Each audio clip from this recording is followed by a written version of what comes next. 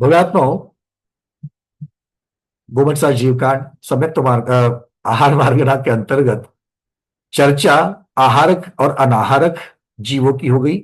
आहार का स्वरूप क्या होता है, लक्षण क्या होता है, उसमें लेने वाली वर्गणाएं कौन सी होती है, इन सब की चर्चा करने के पश्चात आचार्य भगवान ने जो कहा था कि जो जीव, कौन कौन से जीवों को अनाहारक कहा था, तो अनाहारक जीवों में विग्रह गति के जीव थे और उसके बाद में समुद्घातकृत केवली भगवान थे।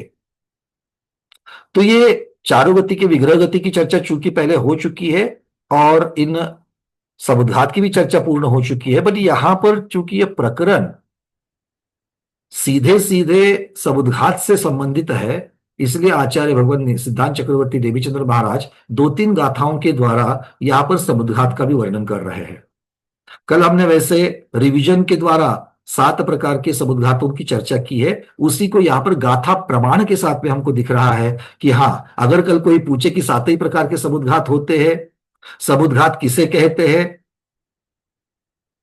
और एक बहुत महत्वपूर्ण बात जो यहां पर एक गाथा में एक शब्द आचार्य भगवान सिद्धांत चक्रवर्ती नेमीचंद्र महाराज लगा रहे हैं, वो है मूल शरीर मछंडीय। ये शब्द गाथा में आएगा और ये ऐसा शब्द है जिसके बारे में आज तक हम लोगों ने सोचा नहीं है। तो ये आज उसकी सूक्ष्मता भी हम लोगों को समझ में आएगी। तो इस प्रकार से ये समुद्घात का वर्णन करने वाली गाथाओं का हम लोग अभी शुरुआत करते हैं। गाथा क्रमांक है 667 और 668, और उसके बाद में दिशा का वर्णन करने वाली 669। चलिए यहां से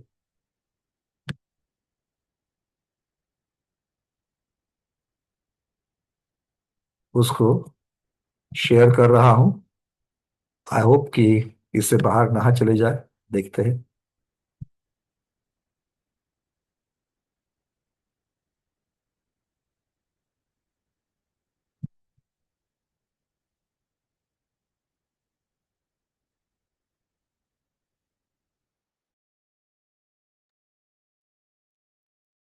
थोड़ा रुक जाइए क्योंकि मीटिंग से ही बाहर जा रहा है ये।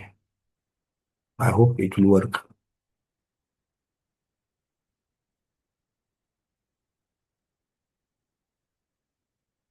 दिख रहा है क्या?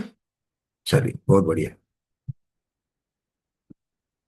वेयन कसाय वेगुव्योय मरनन्तियो समुद्घातो तेजाहारो छट्टो सत्तमो ओ केवलीनं तु मूल शरीरमखण्डीय उत्तर देहस्य जीवपिण्डस्य निगमनं देहादो होदि समुद्घात नामम तु। पहले समुद्घात की चर्चा करते हुए आचार्य भगवान 7 प्रकार के समुद्घात के नाम यहां पर बता रहे हैं और अगली 668 नंबर की गाथा में समुद्घात का लक्षण, समुद्घात किसे कहते हैं, उसकी परिभाषा दे रहे हैं। ठीक है। हम्म। क्या कह रहे हैं? वेयन, वेयन मतलब वेदना, कसाय का अर्थ कषाय, वेगु वियो मतलब वैक्रयिक, मारणंतियो अर्थात मारणांतिक। कितने हो गए भाई? कितने हो गए? 4 हो गए। फिर कहते तेज आहारो, तेज और आहारो दो शब्दों को मिलकर के शब्द बन गया तेजाहारो। आ का लोप हो जाएगा। तो तेज मतलब तेजस समुद्घात, और आहार कितने हो गए? 6। तो तेजाहारो छट्टो मतलब आहार जो है ये छट्टा है। और सप्तम वो केवलीनम तू, 7वां समुद्घात कौन सा है? केवली समुद्घात है। बड़ी सीधी सरल गाथा है, समझ में आ गई। 7 नाम दे चुके हैं।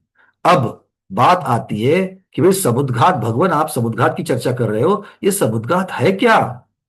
तब वो कहते कि मूल शरीर मछंडीय, मूल शरीर को ना छोड़ते हुए, मूल शरीरम अछंडीय शब्द तो निकलते हैं उसमें से। मूल शरीरम म हलंत वाला और अछंडीय, तो हलंत वाला म और अचंडीय का अ, ये दोनों मिलकर के बन गए पूरा म। तो शब्द क्या बना? मूल शरीरम छंडीय। इसका अर्थ क्या होता है? मूल शरीर को ना छोड़ते हुए। आगे क्या कहा? उत्तर देहस्य जीव पिंडस्य, उत्तर देह के साथ जीव पिंड के प्रदेशों का, जीव पिंड मतलब क्या है? जो आत्मा के प्रदेश है। पिंड का अर्थ क्या होता है? प्रदेश। आप लोगों को जो पंजाब से नजदीक है, जो पंजाबी के बारे में थोड़ा बहुत जानते हैं, वो पंजाबी में हमारा पिंड बोलते हैं, है ना? पिंड शब्द देखो, हमारे गांव, हमारा देश, हमारा क्षेत्र, उसको यहां पर पिंड शब्द जीव के साथ में आ गया है। तो जीव के पिंड, पिंड मतलब क्या है? प्रदेश। जीव के प्रदेश, आत्मा के प्रदेश। वो आत्मा के प्रदेशों का क्या होता है? निगमनम देहादो, शरीर के बाहर निकलने का, देह से निगमन करना। क्या कहलाता है? समुद्घात नामम तू, इसका नाम समुद्घात है। अर्थात आत्मा के, जीव के आत्म प्रदेशों का मूल शरीर को ना छोड़ते हुए उत्तर देह के साथ, अब उत्तर देह के साथ कौन से रूप में? तेजस कार्बन रूप उत्तर देह के साथ। क्योंकि उत्तर देह मतलब और एक शरीर कहां पर बनेगा? मूल शरीर को ना छोड़ते हुए, ये बात तो सबको समझ में आ गई। मूल शरीर को ना छोड़ते हुए मतलब सारे के सारे आत्म प्रदेश जो है वो शरीर में रहेंगे, उसमें से कुछ बाहर निकलेंगे और उनका भी संबंध मूल शरीर के साथ, उन बाकी आत्म प्रदेशों के साथ में लगा रहेगा। तो वो तो मूल शरीर को ना छोड़ते हुए हो गया। फिर बोल रहे उत्तर देह बोलना, और शरीर से बाहर भी जाना है। तो शरीर के बाहर निकलने की बात समझ में आती है। तो उत्तर देह कहां पर बनेंगे? एक एक शरीर कहां पर बनेगा? इस शरीर से अलग शरीर तेजस समुद्घात में और आहारक शरीर, आहारक समुद्घात में बनेगा। बात समझ में आ रही है? क्लियर हो रहा है? मतलब आचार्य भगवान समुद्घात की परिभाषा करते वक्त कहते हैं जीव के आत्म प्रदेशों का मूल शरीर को ना छोड़ते हुए उत्तर देह के साथ शरीर से बाहर, मूल शरीर से बाहर निकलना, निर्गमन होना, प्रस्थान होना, ये समुद्घात कहलाता है। तो दो चीजें कॉन्ट्राडिक्ट हो रही थी कि नहीं हो रही थी? मूल शरीर को छोड़ना भी नहीं है और एक शरीर बनाना भी है। तो ये कहां पर पॉसिबल होता है? सात में से दो की जगह पर होता है। मतलब उत्तर देह मुख्यता से आहारक और तेजस समुद्घात में बनता है। क्लियर है? बात समझ में आ रही है? यहां तक की बातें थोड़ी सी छिपी हुई थी किंतु क्लियर हो गई। यहां तक की बातें क्लियर है? किसी को इसमें कोई? चलो, अब यहां पर, अब हाँ डॉक्टर मधु दीदी बोलिए। वंदना भैया, भैया वो तेजस और कार्बन है कि तेजस और आहारक है उत्तर देह में? उत्तर देह में तेजस कार्बन रूप नहीं, हाँ सॉरी सॉरी सॉरी, एक मिनट, मेरी गलती हो गई, बहुत अच्छा हो गया डॉक्टर मधु दीदी, आपने इसको छेड़ दिया। उत्तर देह तो बनते हैं तेजस और आहारक के साथ में। तेजस और आहारक के साथ में उत्तर देह बनते हैं, दो पुतले निकलते हैं। किंतु यहां पर जो आत्म प्रदेशों के बाहर जाने की जो बात कह रहे हैं, वहां पर वो आत्म प्रदेश बाहर कैसे जाते हैं इसका भी वर्णन आचार्य भगवान कह रहे हैं। जब आत्म प्रदेश बाहर जाते हैं मूल शरीर के, तो उनके साथ में लगा हुआ तेजस और कार्बन शरीर भी उनके साथ बाहर जाता है। हम्म। ये यहां पर अर्थ और भी है दो चीजों को, क्योंकि एक अर्थ जो है मैं भूल रहा था। बात सबको समझ में आ रही है? क्योंकि आत्म प्रदेश जो है, आत्म प्रदेश जब निकलते हैं तो आत्म प्रदेश के साथ में लगा हुआ तेजस और कार्बन शरीर ये कहां लगते हैं? आत्म प्रदेशों के साथ लगते हैं। तो जितने आत्म प्रदेश बाहर निकले हैं उनके साथ में ये शरीर भी लगे हुए हैं। ये यहां पर वो बताना चाहते हैं। ऐसा मत समझना कि वो शरीर अंदर ही रहेंगे बाकी आत्म प्रदेशों के साथ और कुछ आत्म प्रदेश निकलेंगे, नहीं, ऐसा नहीं है। क्योंकि इसकी रचना को सबसे पहले समझ लेना। आचार्य भगवान यहां पर कह रहे हैं इस शरीर में, इस शरीर में आत्म प्रदेश कितने हैं? असंख्यात है ना। और वो हम्म। कौन सा असंख्यात है? वो कौन सा लोक। असंख्यात है? लोक प्रमाण असंख्यात है। हम्म। वो लोक प्रमाण असंख्यात है। तो लोक प्रमाण असंख्यात का अर्थ होता है 343 घनराजु में जितने आकाश के प्रदेश है उतनी संख्या। अब उतनी संख्या, अभी अभी हम लोग जितना देह धारण कर चुके हैं 5.5 से 6 फीट तक का, उतने देह में अगर उतने आत्म प्रदेश हम लोगों ने फिक्स किए हैं, बिठाए हैं, तो एक आकाश प्रदेश के ऊपर जीव के कितने आत्म प्रदेश आए? प्रश्न समझ में आ रहा है? ये शरीर है अपना, ये शरीर का आकार जितना भी है, ऊंचाई, चौड़ाई और मोटाई, इतनी जगह है, उतने ही आकाश प्रदेश हमने घेरे हैं। और इसमें आत्म प्रदेश कितने भरे हैं? लोकाकाश प्रमाण भरे हैं। मतलब क्या हो गया? एक के ऊपर एक, एक के ऊपर एक, एक के ऊपर एक, दबा दबा करके भरे कि नहीं भरे? बोलो। हाँ, ऐसे ही भरे हैं। तो प्रश्न उठता है, आगे चर्चा आएगी ये, कि एक आकाश प्रदेश पर अभी जीव के कितने प्रदेश है? प्रश्न क्या आएगा? एक आकाश प्रदेश पर जीव के कितने प्रदेश है? प्रश्न समझ में आ गया? हाँ। आचार्य कहते हैं असंख्यात। आचार्य भगवान कहते हैं असंख्यात। किंतु ये कौन सा असंख्यात है? जगत प्रतर गुना असंख्यात। कितना है? जगत प्रतर गुना असंख्यात। इसका अर्थ क्या होगा? संख्या निकालनी है, जगत प्रतर इंटू असंख्यात, इससे कितनी संख्या निकलेगी? इसका अर्थ कैसे निकालेंगे? कौन बताएगा फटाफट? अर्चना दीदी।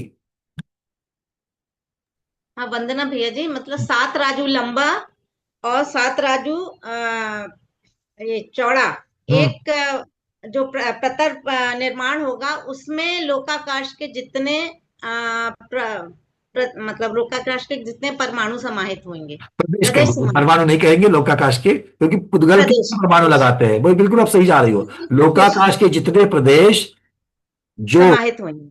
7 राजू लंबी, 7 राजू चौड़ी, इतने एक प्रतर में, प्रतर मतलब क्या है? एक प्लेट चादर। समझना। उतने क्षेत्रफल में, उतने क्षेत्र में आकाश के जितने प्रदेश बैठते उतनी संख्या ले लो, उस संख्या को असंख्यात से गुना करो, तो जो संख्या आएगी उतने आत्म प्रदेश आकाश के से एक प्रदेश पर है। जी। समझ में आ रही है बात? है क्लियर हो रहा है?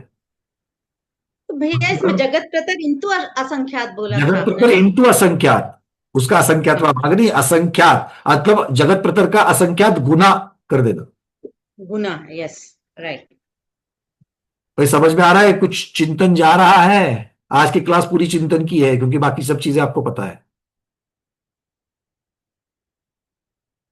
वो वेदना में बाहर निकलता है, औषधि को स्पर्श करता है, वो सब है। उसकी चर्चा आप छोड़ दो, वो पता है। नई नई चीजों को लेना है। मतलब अगर मैं एक सुई के टोंक से, सुई की जो नोक होती है, अगर मेरे कहीं पर भी अगर मैं स्पर्श कर लूं, समझने के लिए कि वो आकाश का एक प्रदेश है, वो तो उससे भी बहुत बहुत बहुत बहुत छोटा है। उतनी जगह में मेरे आत्मा के कितने प्रदेश वहां पर एक ही जगह पर के दबा दबा करके बैठे हैं, सोचो। असंख्यात। और जब ये प्रदेश, और एक हर प्रदेश के ऊपर, हर एक प्रदेश के ऊपर तेजस शरीर और कार्बन शरीर लगा हुआ है। हर एक प्रदेश के ऊपर तेजस, अरे लगा है कि नहीं लगा है? मेरे लगा है, आप लोग चेक कर लो अपना अपना, है कि नहीं है? कहीं इधर उधर तो नहीं गया? हाँ, लगा हुआ है। तो जब वही आत्म प्रदेश बाहर आएंगे, तो उनके साथ में वो तेजस और कार्बन, जो शरीर के जो कण लगे हुए हैं, जो वर्गनाएं लगी हुई है, तेजस शरीर की तेजस वर्गना, कार्बन शरीर की कार्बन वर्गना, जो हमारे कर्म है वो भी उसके साथ बाहर आ रहा है। उससे क्या फर्क पड़ रहा है जीव को? कुछ फर्क नहीं पड़ रहा है। क्या हमें समझ में आ रहा है क्या हमें कुछ समझ में आ रहा है? नहीं। जब आपको बहुत सारा पित्त हो जाता है और आप वमन करते हो, तब क्या है, कुछ पित्त अंदर रहता है, कुछ पित्त हम लोग मुख के द्वारा, वमन के द्वारा बाहर निकालते हैं। आयुर्वेद में तो इसको प्रक्रिया बताया गया, दोष को बाहर निकालने की। वैसे यहां पर आत्म प्रदेश निकल रहे, कुछ अंदर है, कुछ उसको जुड़ करके बाहर निकल रहा है, तो उसके साथ जो जो लगा हुआ है बाहर आ रहा है। तो ये यहां पर आचार्य भगवान कह रहे हैं कि मूल शरीर को ना छोड़ते हुए, मतलब सारे के सारे बाहर नहीं आएंगे, ये इसका अर्थ हो गया।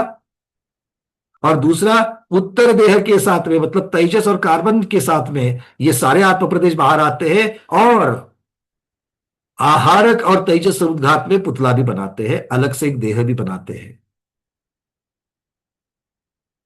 और इसको, इस सारी प्रक्रिया को क्या कहेंगे? इस सारी प्रक्रिया को आचार्य भगवान कह रहे हैं समुद्घात कहते हैं। यहां तक की बातें क्लियर है? मैं प्रश्न बाद में दूंगा। यहां तक की बातें सबको क्लियर है? हाँ।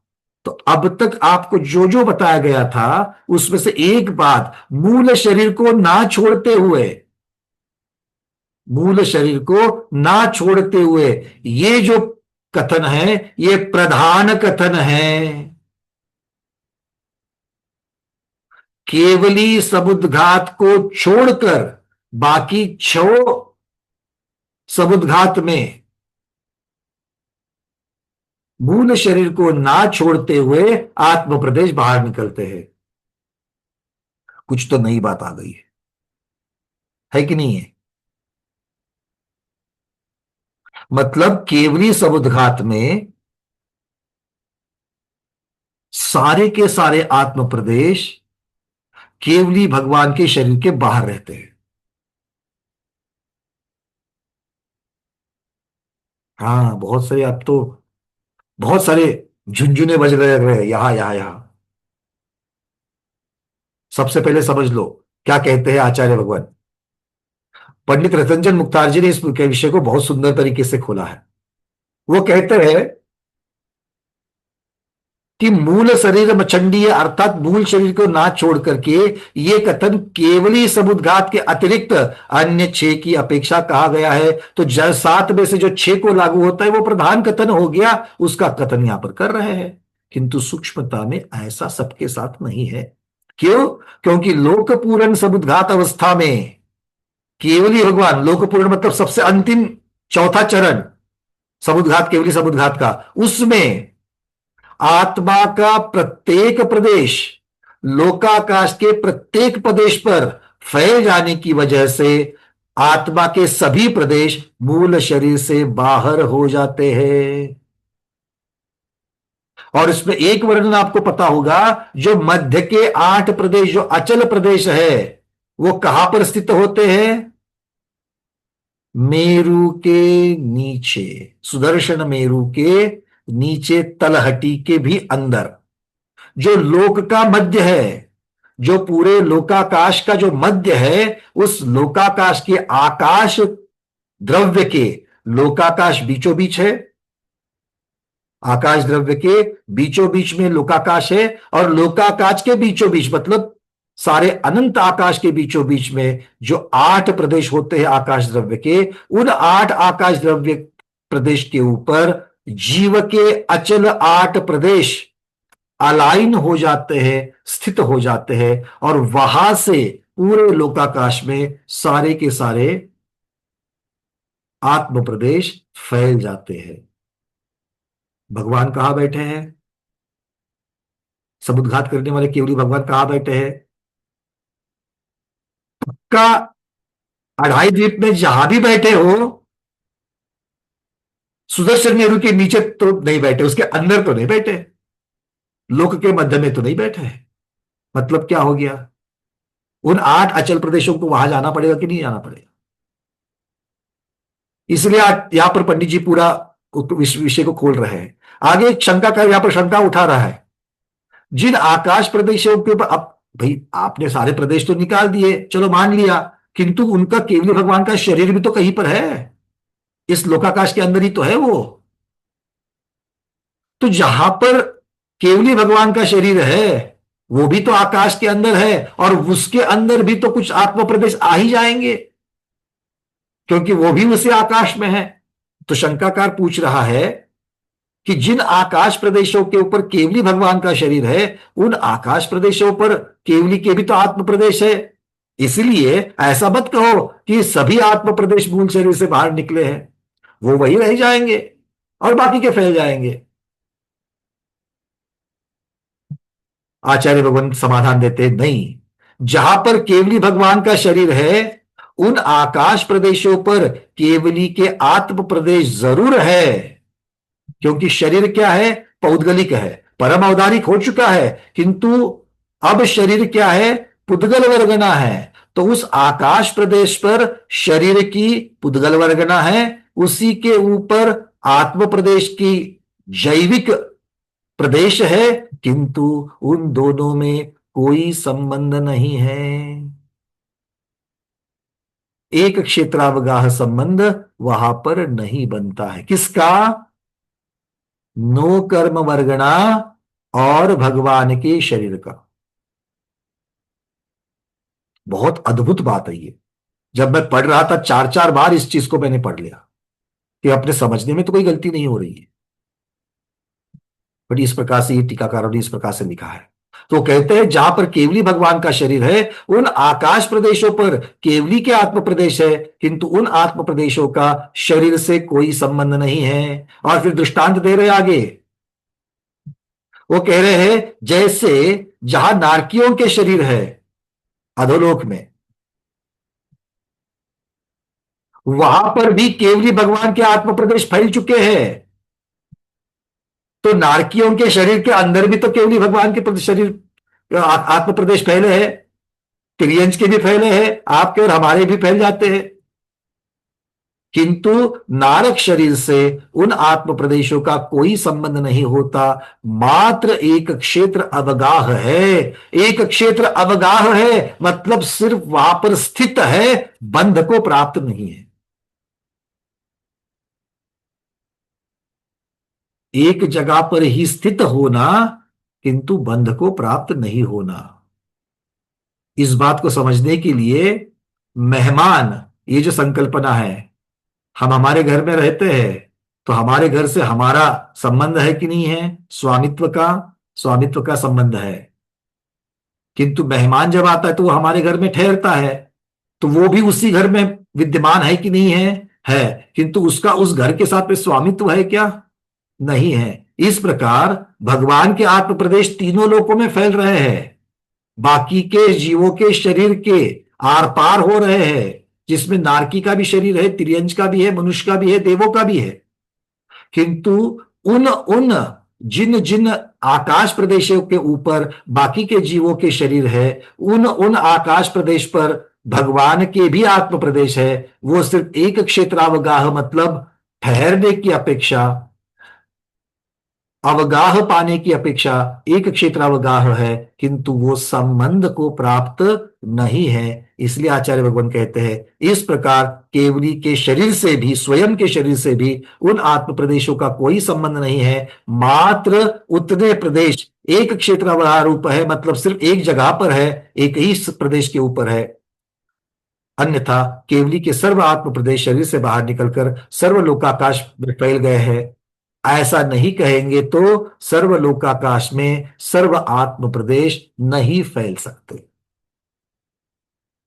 ऐसा मानना ही होगा। अगर ऐसा नहीं मानेंगे तो आत्म प्रदेश पूरे लोकपूर्ण अवस्था में सभी पूरे लोकाकाश में फैलते हैं, ऐसा नहीं मान सकते हैं। ऐसा आचार्य भगवान कह रहे हैं। भाई नई जानकारी जितनी यहां पर आई है ग्रंथ में, वो आपको मैंने दे दी। बात समझ में आ गई?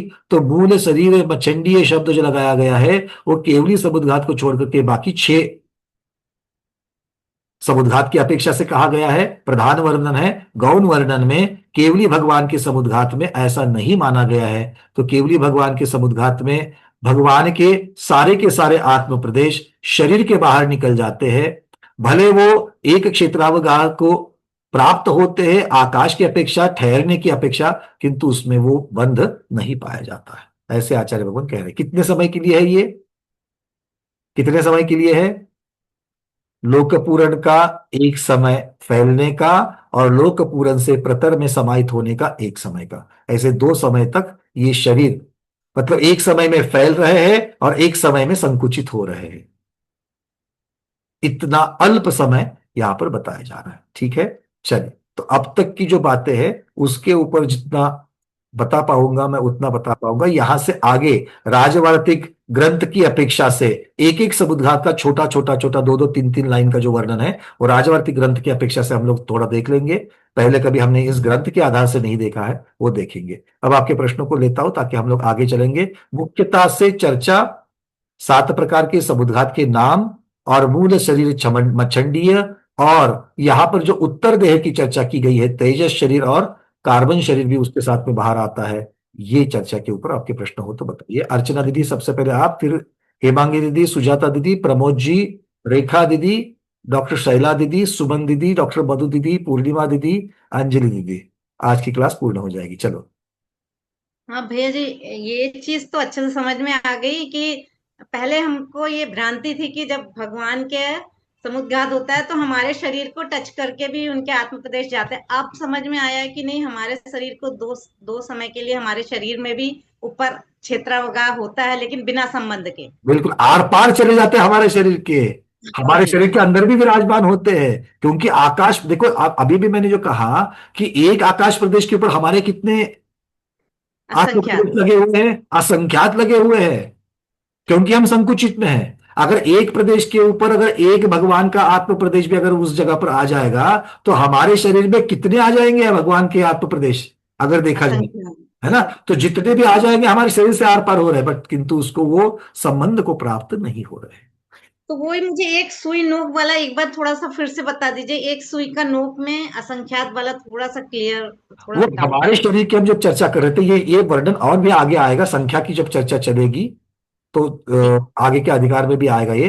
तो बात ये है कि जब जीव के पास असंख्यात लोक प्रमाण असंख्यात आत्म प्रदेश है तो वो इतने छोटे प्रदेशों, इतनी हाँ, छोटी अवगाहना में कैसे समाते हैं।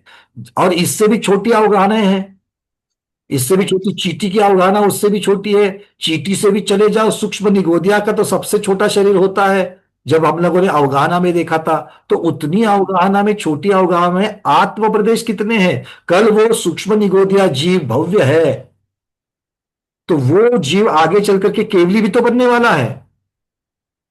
और जब केवली बनेगा तो समुद्घात करेगा, समुद्घात करेगा तो उसके आत्म प्रदेश कितने हैं उसके पास, जो सारे लोकाकाश में फैल सकते हैं। किंतु अभी की पर्याय में, सूक्ष्म निगोदिया लब्ध पर्याप्त तक की पर्याय में, वो उतने से शरीर में अंगुल के असंख्यातवें भाग प्रमाण शरीर में वो वहां पर संकुचित होकर के बैठे हैं। तो हाँ। इतने छोटे शरीर में जो इतने आत्म प्रदेश अगर वो समा करके बैठे हुए हैं तो एक आकाश के एक प्रदेश के ऊपर कितने आत्म प्रदेश समाये हैं, इसका गणित जब लगाते हैं तो केवली भगवान ने इसका उत्तर दे दिया, असंख्यात गुना जगत प्रतर, इतनी संख्या के आत्म प्रदेश आकाश के एक प्रदेश के ऊपर रहते हैं, है ना। कितना। जगत प्रतर और ये कहेंगे तो कितना बड़ा असंख्यात आप देख लीजिए, उतने एक प्रदेश के ऊपर रहते हैं। मतलब हमारे अंदर हमारे आत्म प्रदेश कैसे ठसाठस भरे हुए हैं ये हम लोगों को समझ में आ रहा है। ठीक है ना। अब एक ठीक है। नौक की चर्चा करें तो नौक का भी कितना असंख्यातवा भाग ले लेना जब आकाश प्रदेश की चर्चा करते हो तो, क्योंकि नौक भी तो है ना, संख्यात में हो जाएगी, उसका भी असंख्यातवा भाग ले लो। अब उसके आगे सोच सोच करके देखो तो अगर हमारी आंखें, तो आंखों में कितने आत्म प्रदेश है, कान की बाली है तो उसमें कितने आत्म प्रदेश सही। है कि नहीं है। मतलब कोई समझ लो। जगह ही नहीं बची होगी अब आत्म प्रदेश चिंतन की। करो, हमारी जीवा जिससे हम इतनी बड़बड़ सब लोग करते हैं, वो जीवा की नोक के ऊपर भी कितने आत्म प्रदेश जीव के होंगे। और वो जीव के आत्म प्रदेश कैसे है, तेजस शरीर और कार्बन शरीर के साथ में है। जितने हमारे विभाव परिणाम है वो सबको लेकर के उसको साथ में वो बैठे हुए हैं। सारे ज्ञानावरण कर्म, दर्शनावरण कर्म, घाती अघाती आयु कर्म, सभी के वर्गणाओं को लेकर के वो एक एक प्रदेश सबको लेकर के बैठा हुआ है। चिंतन में अगर हम उसको देखने का प्रयास करें, एक एक कार्बन वर्गणा की तरफ अगर हम लोग देखने का प्रयास करेंगे तो कैसे दिखेंगे वो, ये लगा हुआ इस प्रकार का हमारा शरीर है। चलिए हेमांगी दीदी, और कोई दीदी प्रश्न है आपका। नहीं जी। चलिए हेमांगी दीदी आपका प्रश्न। वंदना भैया, भैया केवली भगवान के शरीर में तो आत्म प्रदेश, जो मानो आदिनाथ भगवान की ऊंचाई 500 धनुष थी, तो उनके उनके ही आत्म प्रदेश है। अभी मानो हमारे आत्म प्रदेश के ऊपर बंध को प्राप्त नहीं होते, वो बात बराबर है, पर हम्म। उनके ही आत्म प्रदेश उनके शरीर में से खाली हो जाएंगे फिर। बिल्कुल, वो कहते हैं कि वो सिर्फ एक क्षेत्रावगाह को आकाश में ठहरने की अपेक्षा अवगाहना को प्राप्त है, किंतु वहां पर बंध को प्राप्त नहीं है, क्योंकि वहां से निकल चुके हैं वहां। तो फिर उस समय उनके शरीर में आत्म प्रदेश नहीं रहेंगे उनके। दो समय के लिए बंध को प्राप्त नहीं है, ये अर्थ इससे निकलता है। हाँ, सोचने वाली बात है। इसको और किस प्रकार से चिंतन को लेवे, इससे ज्यादा उपलब्ध नहीं है। तर्क नहीं लगाएंगे यहाँ पर कि दो समय के लिए, एक आत्म समय निकाल प्रदेश करके एक समय अंदर लाने के लिए, उतने समय के लिए। बिना आत्म प्रदेश वो शरीर फिर कैसे, मतलब उनको मानेंगे, वो वही तो है, बात। वो तो है। ठीक है, फिर आत्मा वही है, प्रश्न। आत्म प्रदेश है। आत्म प्रदेश कार्बन वर्गाओं के साथ में है, इसलिए अभी तक तो छूटे तो नहीं है। अभी तक छूटे तो नहीं है। हमारे आत्म प्रदेश के साथ बंध नहीं होता, वो बराबर है, हमारे आत्म प्रदेश के पर ऊपर उनके मतलब। खुद के शरीर के, और वो हमारे साथ जैसे नहीं होता, उसी दृष्टांत से आचार्य महाराज समझा रहे हैं यहाँ पर। वो कहते हैं कि उनके शरीर के साथ भी नहीं है। एक क्षेत्राह व गाह में है, अवगाह की अपेक्षा है, बद्ध को प्राप्त नहीं है। अब ये इसको किस प्रकार से सूक्ष्मता से लेना है, हो सकता है कई महाग्रंथ राजों में इसके बारे में कोई वर्णन आया हो, बट यहां पर तो पंडित जी ने भी इससे ज्यादा नहीं रखा है। और इस वर्णन का मैंने देखा, पंडित जी ने इसके लिए कोई भी ग्रंथ का आधार यहां पर नहीं, उसका कोई रेफरेंस नहीं दिया है। ठीक है, वही प्रश्न था कि किस हाँ, तरह से। ये दोनों भी, मतलब ये इसके बारे में, बाकी के बारे में तो उनका आया है, किंतु इसके बारे में तो उन्होंने कोई यहाँ पर नहीं दिया है।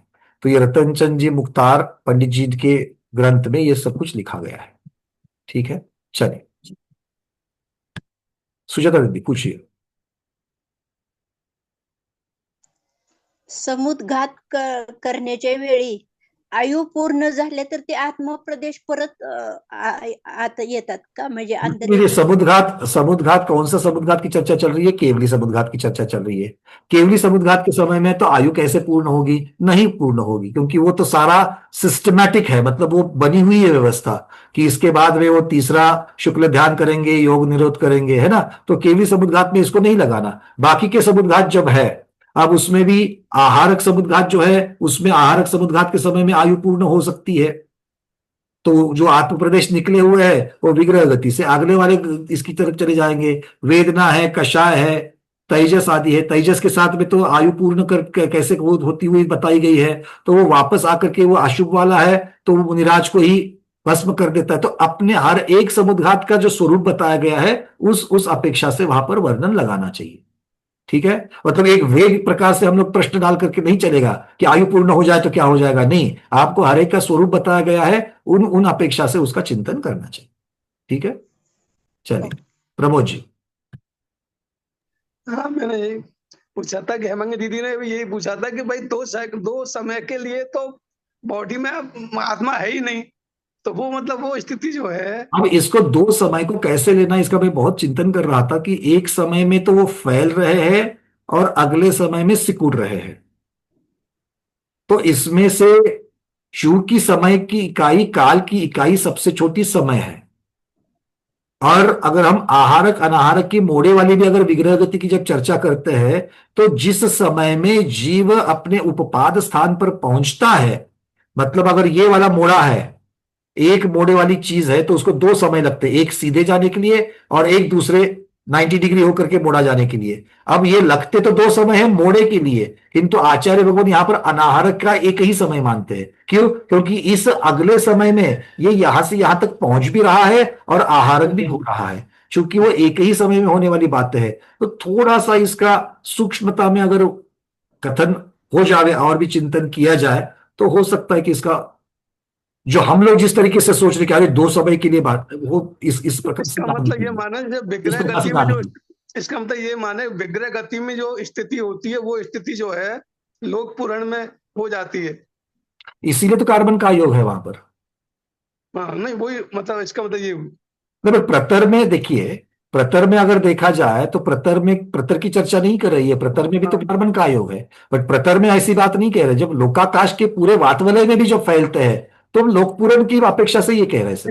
इसके मतलब यहाँ भी बात यह है कि वहां जैसे विग्रह गति में कार्बन का योग रहता है, वो यहाँ भी कार्बन का योग इसलिए कहा है कि वो बिल्कुल ही उसको वहां से लगा सकते हैं। बट अकेले इस चीज को नहीं कह सकते हैं, क्यों?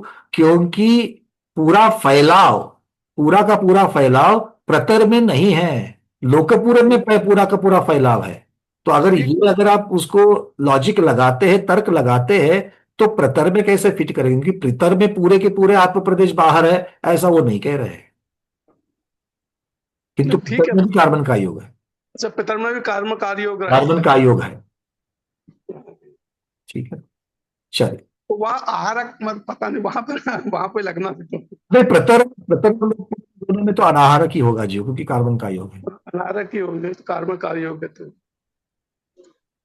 बात यह है कि नई वाली वर्गणा को ग्रहण नहीं कर रहा है। अच्छा, ये जो अनाहारक है, इसका अर्थ यही हो गया कि नई वाली वर्गणा को ग्रहण नहीं कर रहा है। इसका मतलब पंडित जी जो ने लिखा है तो ये उनका अपना चिंतन है, और ये चिंतन पे ये यहाँ पर ये मैं इसको भी मैं कहने का अपात्र हूं, क्योंकि इतनी बड़ी बात अगर वो लिख रहे हैं, अब मैं और भी ग्रंथों में ढूंढ रहा हूं, अभी तक मुझे देखना बाकी है, इसके ऊपर रिसर्च चलेगी अभी भी, और गुरुओं से भी चर्चा होगी इसके बारे में कि महाग्रंथों में इसके बारे में धवल हो जय धवल हो कहाँ पर है। और पंडित जी ने ऐसा अगर लिखा है तो उन्होंने अपने मन की बात तो, तर्क की अपेक्षा होती तो वो लिख देते कि ये हमारा तर्क है करके, अगर लिखा है तो कई, क्या उनको भी कई गुरुमुख से पता है कि क्या है? ये तो जब तक संदर्भ नहीं मिलता कैसे हम बात करेंगे उसकी। ठीक है, पर एक संकलन करने के लिए तैयार है कि भाई इस एक टीका में तो ऐसा कुछ लिखा गया है। ऐसा भी अब है। जीव तत्व प्रदीपिका में है क्या, केशव वर्णी जी महाराज ने लिखा है क्या, ये सारी चर्चाएं फिर दूसरी भी बाकी जो टीका है उसमें भी है क्या, ये इन सब चीजों को देखना पड़ेगा। क्योंकि जहां पर रतनचंद जी, पंडित जी हर एक चीज के लिए पूरा अगर उनकी टीका का ग्रंथ देखेंगे तो एक एक पन्ने के ऊपर 10-10, 12-12 संदर्भ है धवला महाधवल और बाकी सब ग्रंथों के। इतने इतने रेफरेंसेस उन्होंने दिए हैं टिप्पण में, किंतु इस बात का टिप्पण नहीं दिया उन्होंने। रेखा जी। हाँ, अभी प्रमोद भाई साहब ने पूछा तो थोड़ा उत्तर आपका समझ में आ गया कि प्रतर मतलब सिर्फ ये केवली समुद्घात में, लेकिन एक लोक पुराण में ये समझने का ये बिल्कुल, प्रक्रिया जो होने वाली है, प्रतर में भी नहीं हो ये समझने उत्तर की, में हाँ, फिर सिर्फ लोक पुराण। लोक पुराण में। हाँ। डॉक्टर शैला दीदी। वंदना देवी, ये भी प्रश्न था जो अभी सब चर्चा हो गई, लेकिन मेरे को ये नहीं समझा कि सुमेरु पर्वत जो 8 आत्म प्रदेश है वो जो अचल है, तो वहां मतलब जो आत्म प्रदेश जाते हैं समुद्र घात के समय केवल लोक पुराण में, तो वहां क्या प्रक्रिया होती है वहां पर? प्रक्रिया क्या होनी है? कुछ प्रक्रिया नहीं वहां पर। मतलब नहीं, जब सब दूर फैलते हैं तो वहां वहां के आत्म प्रदेश जब अचल हम रहते हैं। फैलने की चर्चा करते हैं तो एक सेंटर होता है, हम्म उस सेंटर को पकड़ करके खींचा जाता है या प्रसरण हो जाता है। हम्म हम्म तो वो सेंटर कहां पर है? कौन से आकाश में जब फैलते हैं तो कौन से सेंटर को पकड़ करके फैलते हैं, ये बताने के लिए वो 8 मध्य प्रदेशों की लोकाकाश के अर्थात आकाश द्रव्य के 8 मध्य प्रदेश और जीव के 8 मध्य प्रदेश, इनको जब तक आप लोकाकाश के मध्य और जीव का मध्य, इनको जब तक अलाइनमेंट नहीं करोगे तब तक लोकाकाश प्रमाण फैलना ये बात नहीं बन जाएगी। क्योंकि एक चीज के उतना ही आपको दूसरी चीज को फैलाना है, तो दोनों के सेंटर को मैच करना पड़ेगा ना, तभी तो दोनों उतने ही फैल जाएंगे। मतलब टोटल सभी दूर फैलेंगे, इसका मतलब वो भी प्रदेश है वहां भी उनके आत्म प्रदेश फैलेंगे। देखो एक एक मैं आपको छोटा सा उदाहरण देता हूं, बस उदाहरण करके समझ लेना, ज्यादा इसके ऊपर सोचना नहीं। आप जब ज्वार के रोटी की रोटी बनाती हो, भाकरी जिसको बोलते हैं, वो तो बेली नहीं जाती है ना? तो आप लोग क्या करते हो, हाथ के थपेड़े से उसको मोटी करते हो, मतलब फैलाते हो। तो वो जो आग का पेड़ा तो इतना सा था, उस पेड़े को आपने थोड़ा सा चपटा करके रख दिया और फिर उसके ऊपर आप उसको फैलाना शुरू करते हैं। तो फैलाना कैसे कैसे फैलाते हो? सेंटर का मटेरियल लेकर के हम एज तक उसको फैलाते हैं, हाँ या ना? हम्म और जब वो फैलती फैलती फैलती आती है तो उस प्रकार से आप उसको फैलाते हो। मतलब क्या है कि सेंटर को पकड़ करके उसको फैलाया जाता है। तो फैलने की प्रक्रिया जब भी होती है तो फैलने का एक केंद्र बिंदु होता है, और उस केंद्र बिंदु का वर्णन, चूंकि दो चीजों को आपको अलाइन करना है, एक चीज जितनी बड़ी है दूसरी चीज को आपको उतना ही प्रसरण या उतना ही फैलाना है। इस प्रक्रिया को जब आपको दर्शाना है तो दोनों के सेंटर जब तक मैच नहीं होते, अलाइन नहीं होते, तब तक पहली चीज इतना ही दूसरी चीज फैल गई ये नहीं बताया जा सकता है। ये एक फिजिक्स की बात है ये। ठीक है, चलिए डॉक्टर मधु दीदी। अब भैया सारी क्वेरी सॉल्व हो गई। गुड। चलिए पूर्णिमा दीदी। वंदना भैया जी। भैया जी, ये संदर्भ धवला पुस्तक 2 में गाथा नंबर 655 और 661 में इसका दिया हुआ है। आपके सामने कौन सा ग्रंथ है दीदी? यही वाला है, मुक्तार जी वाला। तो आप कहां पर पढ़ रही हो रेफरेंस इसका? ये अपने उसी पेज नंबर 735 पर ये धवला पुस्तक 2 और 655 और 661 नंबर की गाथा पे।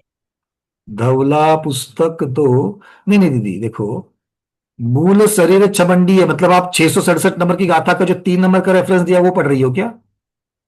नहीं, इसके अंदर ये जो आप जो शंका समाधान कर रहे हैं ना उसका, हाँ उसके हाँ। अंदर उसके नीचे लिखा हुआ है, यानी कि कोष्टक में धवला पुस्तक 2 655 661 ओब्लिक करके ऐसा करा हुआ नहीं, है। but जो जहां पर प्रश्नोत्तर किया गया है, शंका जिन आकाश प्रदेश पर केवली शरीर का है, उसमें तो कोई हाँ, बस वही पर वही। वहां पर तो कोई रेफरेंस का नंबर नहीं दिया है। नहीं, इसमें मेरी में दिया हुआ, लिखा हुआ है। क्योंकि मेरे वाली गाथा में नहीं, नीचे आप, और उसका नीचे टिप्पण भी नहीं है उस हाँ, पेज को। टिप्पण नहीं है। फिर से पढ़ो, टिप्पण में क्या लिखा है? ये टिप्पण में लिखा कि स्वा का अनु गाथा नंबर हाँ तो 176 का 1 नंबर टीका। है ना, 1 नंबर का है वो, 1 नंबर का स्वा का अनुगा 176 की टीका पृष्ठ 115, यही आप पढ़ रही हो ना? हाँ, हाँ तो ये लेकिन 1 नंबर जो है वो 1 नंबर कहाँ पर दिया है उन्होंने? 1 नंबर वेदना समुद्घात में दिया है दीदी। तो वो नहीं, वेदना, वो नहीं बता रही हूँ, मैं तो बता रही हूँ कि धवला पुस्तक 2 में 655 और 661 में ये इसका जो अपन पढ़ रहे हैं ना, ये क्या बोलते हैं, आकाश प्रदेश पर केवली का शरीर और आकाश प्रदेशों पर केवली के आत्म प्रदेश भी है, उसका जो शंका समाधान उसका विस्तार में दिया हुआ, ऐसा बता रही आप हूँ। मुझे कृपया इसका फोटोकॉपी भेजोगी मुझे? मेरे में नहीं लिखा है ये, धवला पुस्तक 2 का नहीं है। मैं एक बार यहाँ से आप लोगों को, क्योंकि मैं यहाँ से तो बिल्कुल आपको दिखाई सकता हूँ कि यहाँ पर नहीं है। 1 मिनट।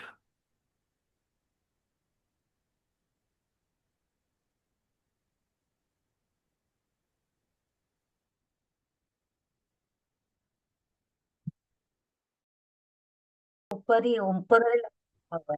एक मिनट, मैं पेज दिखा रहा हूँ, देखिए पहले तो, इससे पहले वो तो शेयर तो हो जाए।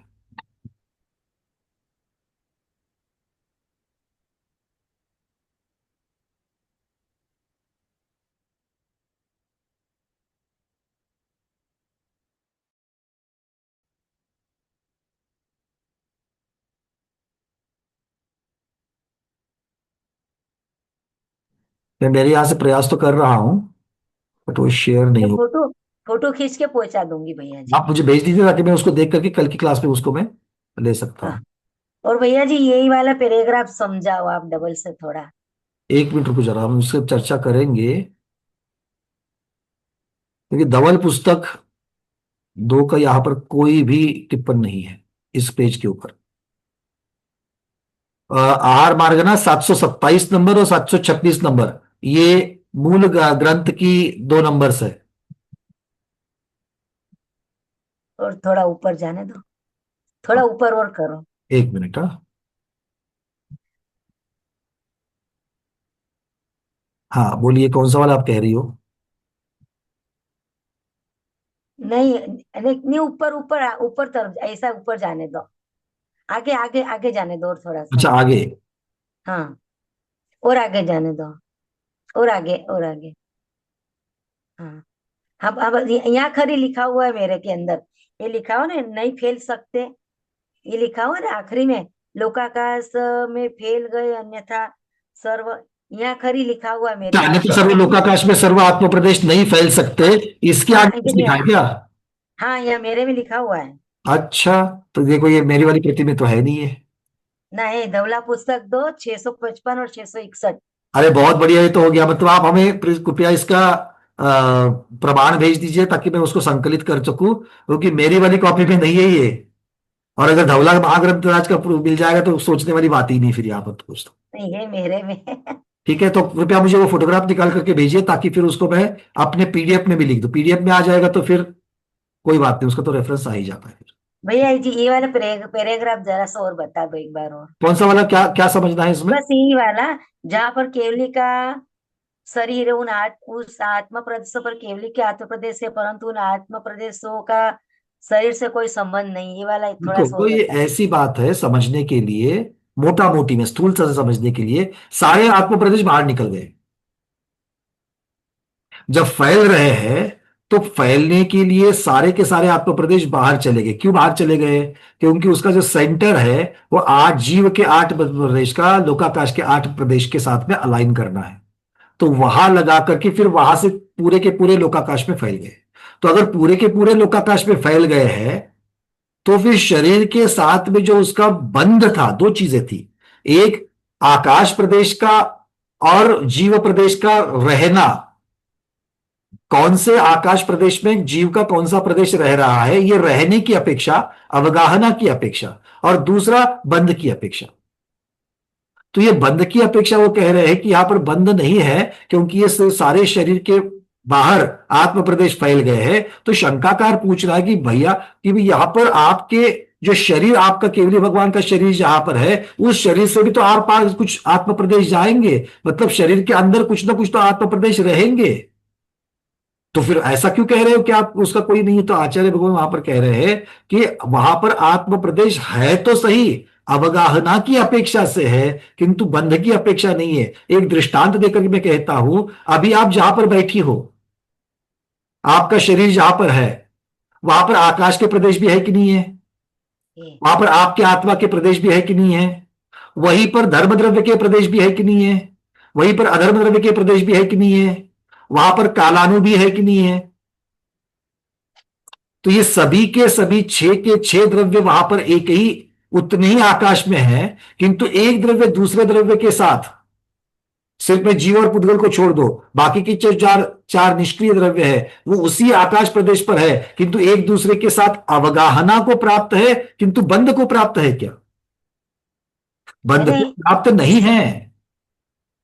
धर्म स्थिति है द्रव्य लेकिन धर्म बंध द्रव्य को जीव प्राप्त द्रव्य के साथ में बंध को प्राप्त नहीं है, सिर्फ अवगाह को प्राप्त है। वैसे ही यहां पर सिर्फ अवगाहना को प्राप्त हो रहे हैं, बंध को प्राप्त नहीं हो रहे, ये कह रहे। क्लियर है? हाँ, ठीक।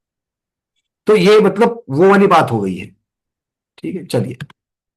हाँ भाई, कुसुम छाबड़ा दीदी मुंबई, जल्दी जल्दी चलिए, अभी और बहुत हमको आज पूछना। हाँ, यही प्रकरण केवली समुद्घात का ही थोड़ा थोड़ा समझ में आया, और फिर थोड़ा थोड़ा वापस बताइए भैया जरा। थोड़ा थोड़ा भी चाहिए, ज्यादा नहीं चाहिए। ज्यादा लेके क्या करना है दीदी? है ना, 4 महीने के बाद वापस भूलना ही तो है सब लोगों को, तो थोड़ा थोड़ा ही ले लेंगे। नहीं, ऐसे नहीं भूलते भैया। भूलते हैं? चलो, बहुत अच्छी बात है। क्या पूछना चाहती हो आप? सारा का सारा तो रिपीट नहीं करेंगे, क्योंकि सारा का सारा चाहिए तो फिर वीडियो देख लेना। नहीं, समझ में ही नहीं आया, वीडियो तो देख ही रही हो ना भैया। क्या क्या नहीं समझ में आया? कुछ तो बताओ, क्या बताओ? बार बार कंफ्यूज हो रहा है कि हेमा ने क्या पूछा, भैया ने क्या पूछा। अरे हेमा ने क्या पूछा वो छोड़ दो, आपको क्या कंफ्यूजन है वो बोलो। नहीं, वो ही थोड़ा कंफ्यूज हो रहा है, कुछ समझ में कम आ रहा है कि क्या बात हो रही है एक्चुअल में, क्या बात समझ में ये नहीं हो आ रही है, आप पहले से है क्या आज क्लास में? हाँ हाँ, हाँ, तो फिर तो बात समझ में आनी चाहिए दीदी। मैं देखो, पूरा सुन रही हूँ, पूरा सुन रही हूँ। बात ये हो रही है कि केवली भगवान, यहां पर तो गाथा में शब्द दे दिया, मूल शरीर को ना छोड़ते हुए।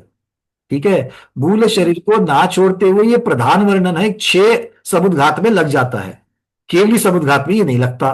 क्यों नहीं लगता? केवली समुद्घात के भी 4 चरण हैं, उसमें से 3 चरण को ये लागू होता है, मूल शरीर को नहीं छोड़ना, किंतु अंतिम चरण को ये लागू नहीं हो रहा है।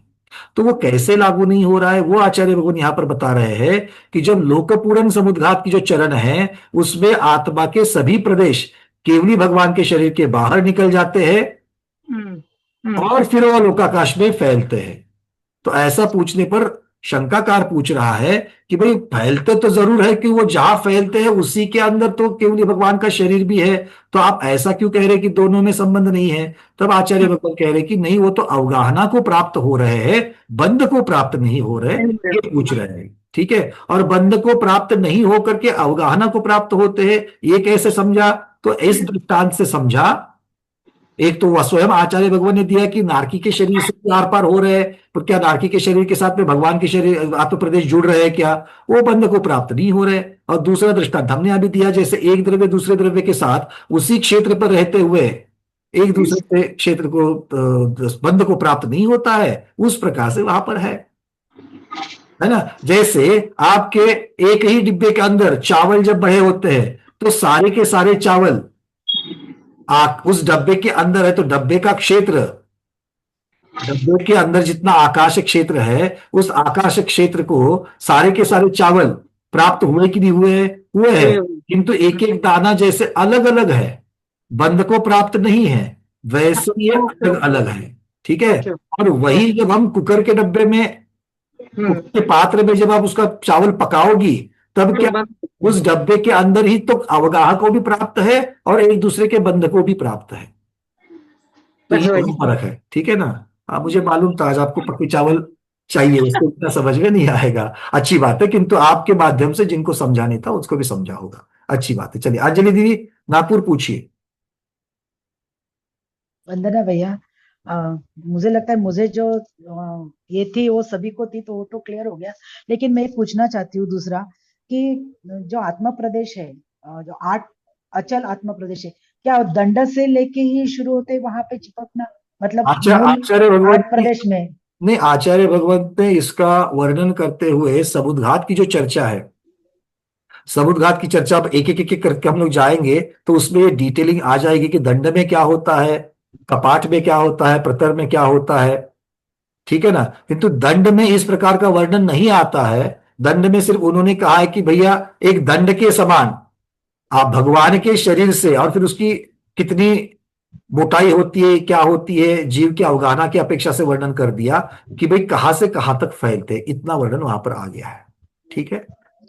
और दूसरा, क्या जब जाते हैं आत्म प्रदेश बाहर, तो पहले तो कार्बन और तेजस शरीर के साथ उनके भी आत्म प्रदेश वैसे ही जाते हैं? कहां पर, फिर से बोलो। जब शरीर से बाहर निकलते हैं, दंड में कहो या कपाट में कहो, प्रतर में कहो, लोक पुराण की बात तो अलग है, वो तो सभी फैलते हैं, लेकिन ये 3 पहले जो समुद्घात होते हैं उसमें क्या कार्बन और तेजस शरीर के साथ वर्गना जो है, हमेशा वो शरीर भी फैलते हैं? हमेशा हमेशा हमेशा जब भी आत्मा का प्रदेश बाहर निकलेगा, और केवली समुद्घात में ही नहीं, मान लो वैक्रिक समुद्घात हो, मान लो वेदना समुद्घात हो, कषाय समुद्घात हो, जितने आत्म प्रदेश शरीर के बाहर आए हैं, प्रत्येक आत्म प्रदेश के ऊपर तेजस और कार्बन शरीर लगा होता ही है। वही तो गाथा में दे रहे आचार्य भगवान, क्योंकि मूल शरीर मचंडीय के बाद में उत्तर देहस्य वो शब्द जो लगाया उन्होंने वहां पर जीव पिंड के साथ में, मतलब जब जब जीव पिंड आता है बाहर, जीव पिंड मतलब आत्म प्रदेश जब जब बाहर आता है वो उत्तर देहस्य के साथ में आता है, तेजस कार्बन रूप उत्तर देह के साथ ही आता है। जब सभी आत्म प्रदेश बाहर जाते हैं तो शरीर तो उनका रहता है, तो क्या उस शरीर के साथ कार्बन और तेजस शरीर नहीं रह सकता या नहीं रहता? क्योंकि कार्बन और तेजस शरीर ये आत्म प्रदेश के साथ लगा हुआ है, उनका एक क्षेत्रावगाह संबंध जो है, सिर्फ एक क्षेत्रावगाह रहना नहीं है, संबंध जो है वो संबंध भी तब तक नहीं छूटता है जब तक 14वें गुणस्थान का अंतिम समय नहीं आता है, तब तक उनका संबंध नहीं छूटता है आत्म प्रदेश का। शरीर जो जहां पे है वहां पे कार्बन और तेजस शरीर नहीं एक बात समझ लो, आत्म प्रदेश और कार्बन शरीर इनका संबंध छूट जाएगा, संपूर्णता छूट जाएगा, तो वो तो सिद्धावस्था प्राप्त हो जाएगी ना, हाँ या ना? समझना है वो इसीलिए वो नहीं है। ठीक है ना, इसलिए 14वें गुणस्थान के अंतिम समय के पश्चात ही ऐसा समझना। मीनाक्षी दीदी। मेरा ये वही प्रश्न था कि उनका शरीर है, उनके साथ कार्बन और तेजस शरीर रहेगा क्या? नहीं है इसका शरीर के साथ कुछ नहीं रहेगा, क्योंकि कार्बन शरीर और देखो 2 अलग वर्गणाएं हैं, बाकी की 2 कर्म वर्गणाओं में औदारिक शरीर की अपेक्षा से वर्णन हो रहा है, और आत्म प्रदेशों के साथ में वो लग करके जा रही है, मतलब आत्म प्रदेश औदारिक शरीर को तो छोड़ सकते हैं, किंतु तेजस और कार्बन शरीर को नहीं छोड़ सकते जब तक सिद्धपद मोक्ष नहीं होता है। और जम्बू द्वीप में हो या पुष्कर द्वीप में हो, कोई भी मुक्त जाएगा तो उसके 8 प्रदेश मेरू के नीचे ही रहेंगे। हाँ बिल्कुल, लोकाकाश का मध्य वही है। चलिए सुमन दीदी, आपका प्रश्न। भैया जी वंदना। हाँ दीदी। क्या सभी केवली समुद्घात करते हैं? अब आप इस प्रश्न का उत्तर दीजिए, इसकी चर्चा नहीं, में। जैसे अनंत केवली भी होते हैं, मुख केवली भी होते हैं, ऐसे सभी केवली होते हैं। सभी केवली के तो क्या सभी दो प्रकार के वर्णन या 3 प्रकार के वर्णन हमको मिलते हैं। आचार्य भगवान यतिवृषभ आचार्य महाराज की अपेक्षा सभी केवली जो है 100% सभी केवली करते ही करते हैं। कारण भी उन्होंने दे दिया 12वें गुणस्थान के अंत में, आघाती कर्मों की स्थिति जो है वो आयु कर्म के समान नहीं होती, इसलिए सभी करते हैं। दूसरा मत प्रवाह जो है, सुन लीजिएगा, दूसरा मत प्रवाह जो है वो मत प्रवाह क्या कह रहा है, किसके साथ में, तो वो आचार्य भगवान ने वहां पर वर्णन कर दिया धवला जी पुस्तक 1 पृष्ठ क्रमांक 303 के ऊपर, कि जो जीव आयु के अंतिम 6 महीने में ही केवली होते हैं वो नियम से समुद्घात करते ही होते हैं। ये वाला नियम धवला जी में आ गया है। और इसके अलावा तीसरा मत भी है किन्हीं किन्हीं आचार्यों के मतानुसार, वर्ष पृथकत्व के बाद 3 वर्ष से ज्यादा 9 वर्ष से कम इतने समय में नियम से 20 केवली भगवान समुद्घात करते ही करते हैं। तो ये 3 प्रकार के मत प्रवाह आगम में मिलते हैं। भैया जी इसमें गुणस्थान का भी कुछ महत्व रहता है क्या, समुद्घात करते हैं तब?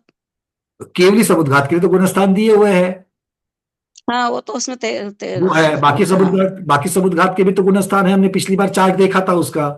मारणांतिक समुद्घात कब कब होगा, जिन गुणस्थानों में मरण होता है उसमें मारणांतिक होगा। वेदना कषाय कहां तक होंगे, तो वेदना का जहां तक है वहां तक, कषाय जहां तक चलती है वहां तक। तो ये मतलब हर एक के अपने अपने गुणस्थान बताए हैं। तेजस और आहारक छठे गुणस्थान में ही होगा, तो हर एक का अपना अपना गुणस्थान दिया गया है। ठीक है। और मारणांतिक सभी जीव करते ही है ऐसा जरूरी नहीं है। बहुसंख्य जीव मारणांतिक समुद्घात करते हैं, सभी जीव करे ऐसा नियम नहीं है। बोलिए भैया जी। मेरा एक प्रश्न और ये था कि जब ये आत्म प्रदेश निकलते हैं तो सीधा एक ही दिशा में जाते हैं कि चारों तरफ फैल जाते हैं? बहुत सुंदर प्रश्न। इसके बारे में आचार्य भगवान गाथा ही देंगे अभी, कि प्रत्येक समुद्घात की अपेक्षा से वो वर्णन करेंगे। ठीक है, अभी आगे गाथा आ रही है, उसके बारे में गाथा। चलिए दीपा दीदी पूछिए, उसके बाद अंतिम प्रश्न अर्चना दीदी।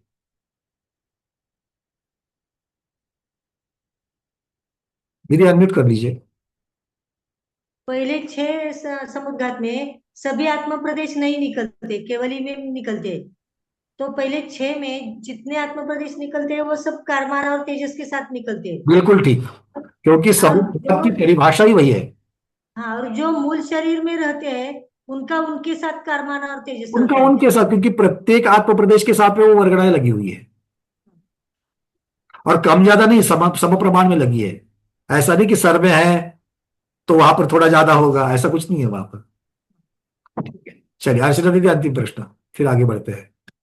भैया जी एक बेसिक सा डाउट आ गया है कि जो आत्म प्रदेश है वो अचल कहे गए हैं, और केवली तो 5 ढाई द्वीप में कहीं भी हो सकते हैं। एक मिनट। आत्म प्रदेश अचल ही होते हैं, ये एकांत बन जाएगा।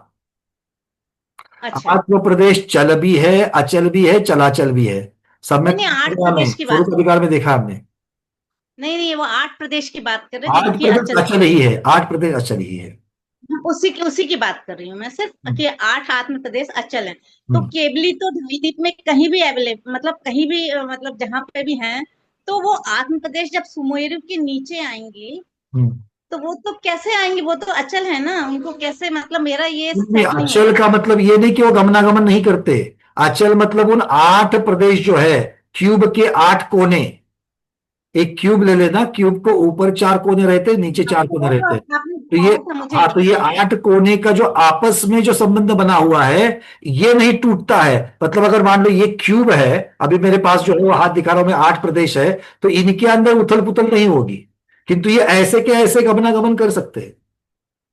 अच्छा, मतलब जैसे मान लीजिए क्यूब है, 1 सेंटीमीटर का है, तो एक 4 जो उसके कॉर्नर है वो 1 सेंटीमीटर के डिस्टेंस पे हमेशा फिक्स रहेंगे, ऐसा ना। ऐसा नहीं मानेंगे तो विग्रह गति में जीव एक गति से दूसरी गति में कैसे जाएगा? हाँ हाँ, नहीं नहीं, ठीक बाकी है। सब चले जाएंगे, वो तो वही रहेगा। मैं थोड़ा सा अलग डायरेक्शन में सोचने कोई लगी बात थी। नहीं। तो 8 जी। प्रदेशों का आपस में जो रिलेशन है वो नहीं बदलेगा, ये वहां कहते हैं। हाँ, ये ठीक, अब क्लियर हो गया।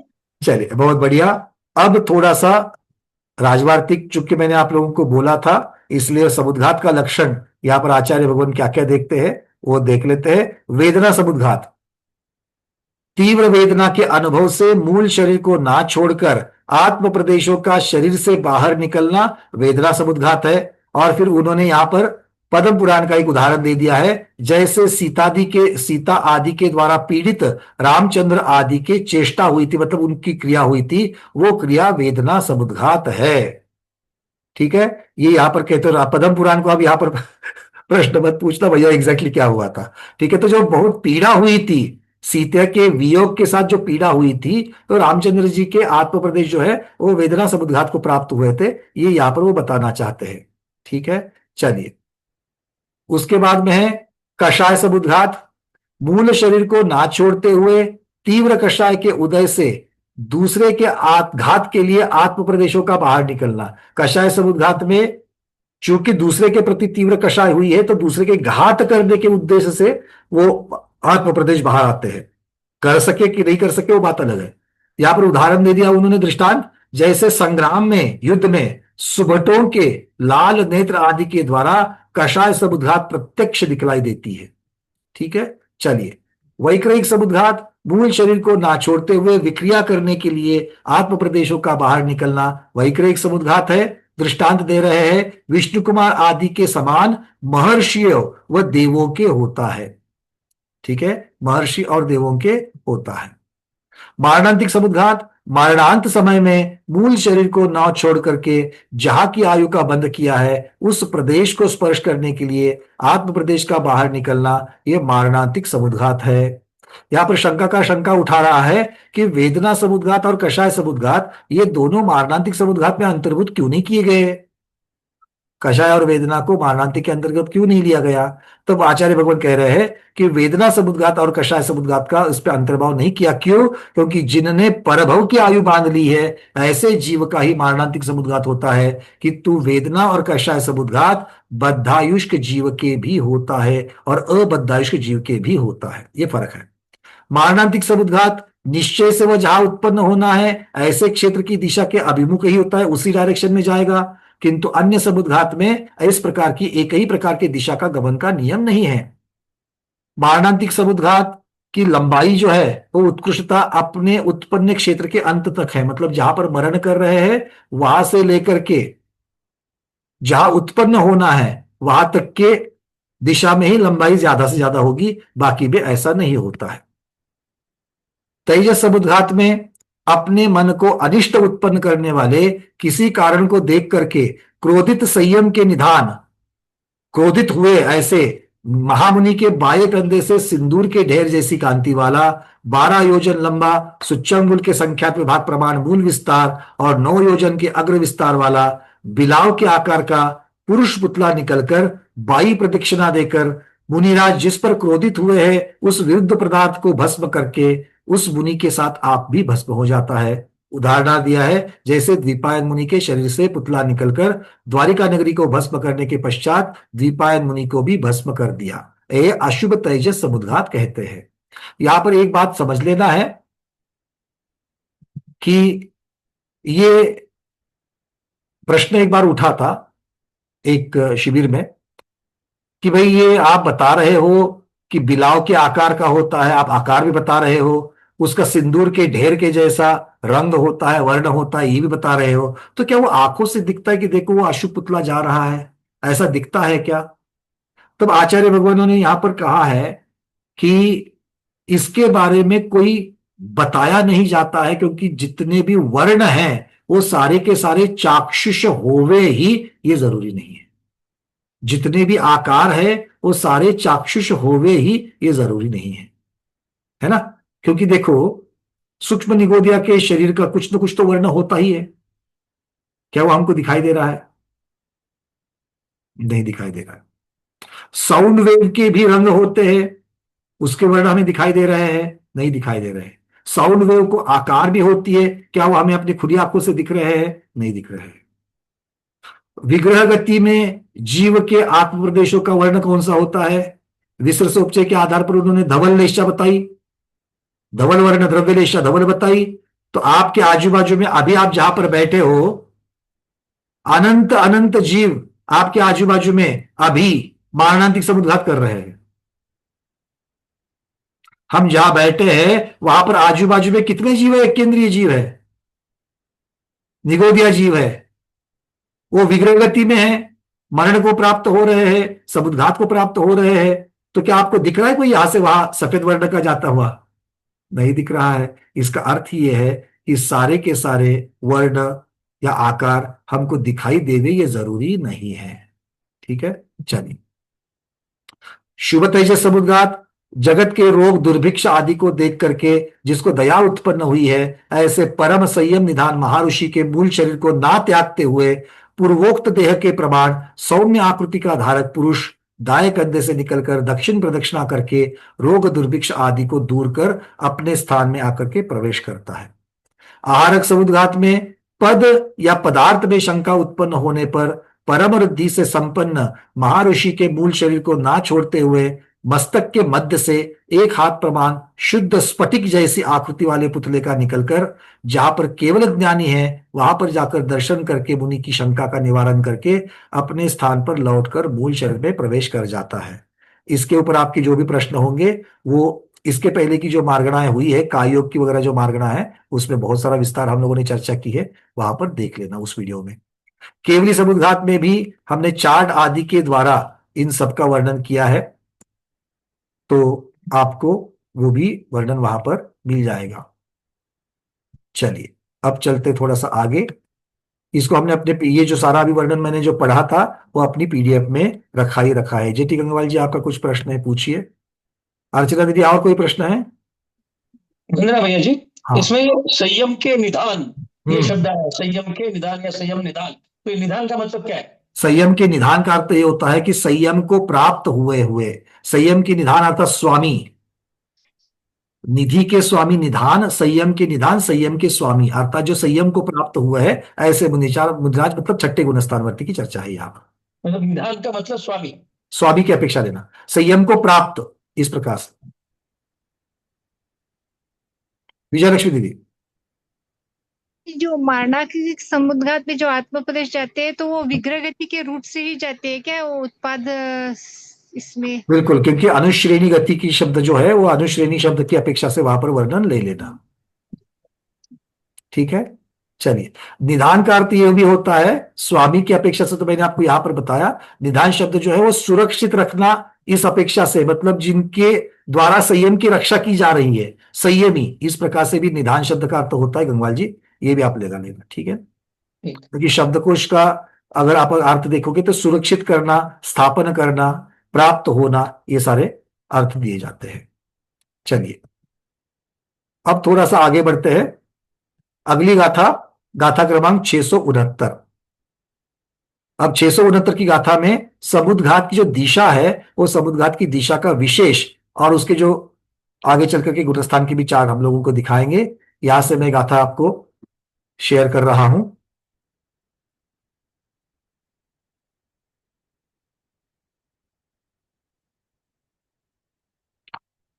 दिख रही है सबको?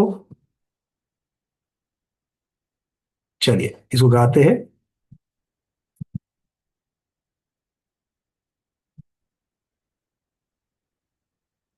आहार मारणन्तिय दुगम पीनियमेन एक दिशि गमतु 10 दिशि गदाहु शेषा पंच समुद्घातया होन्ति।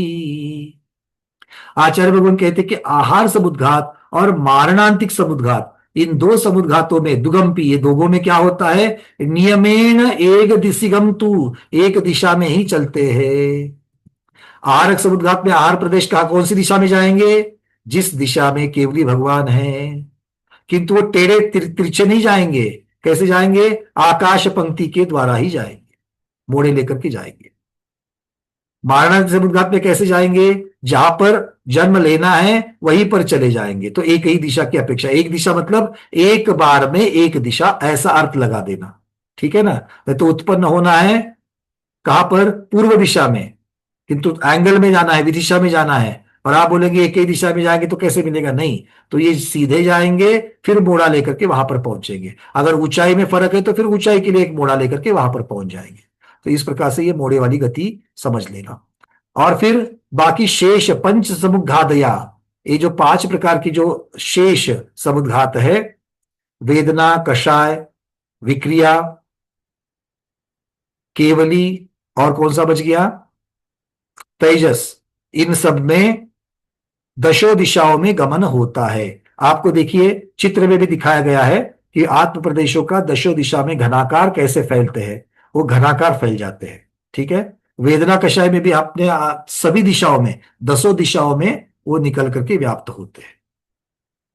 और जितना प्रमाण में जाना है उतना ही प्रमाण, उसका भी चार्ट हमने पहले भी बताया था और यहां पर भी पीडीएफ में, आहार मार्गना की पीडीएफ में भी रखा है।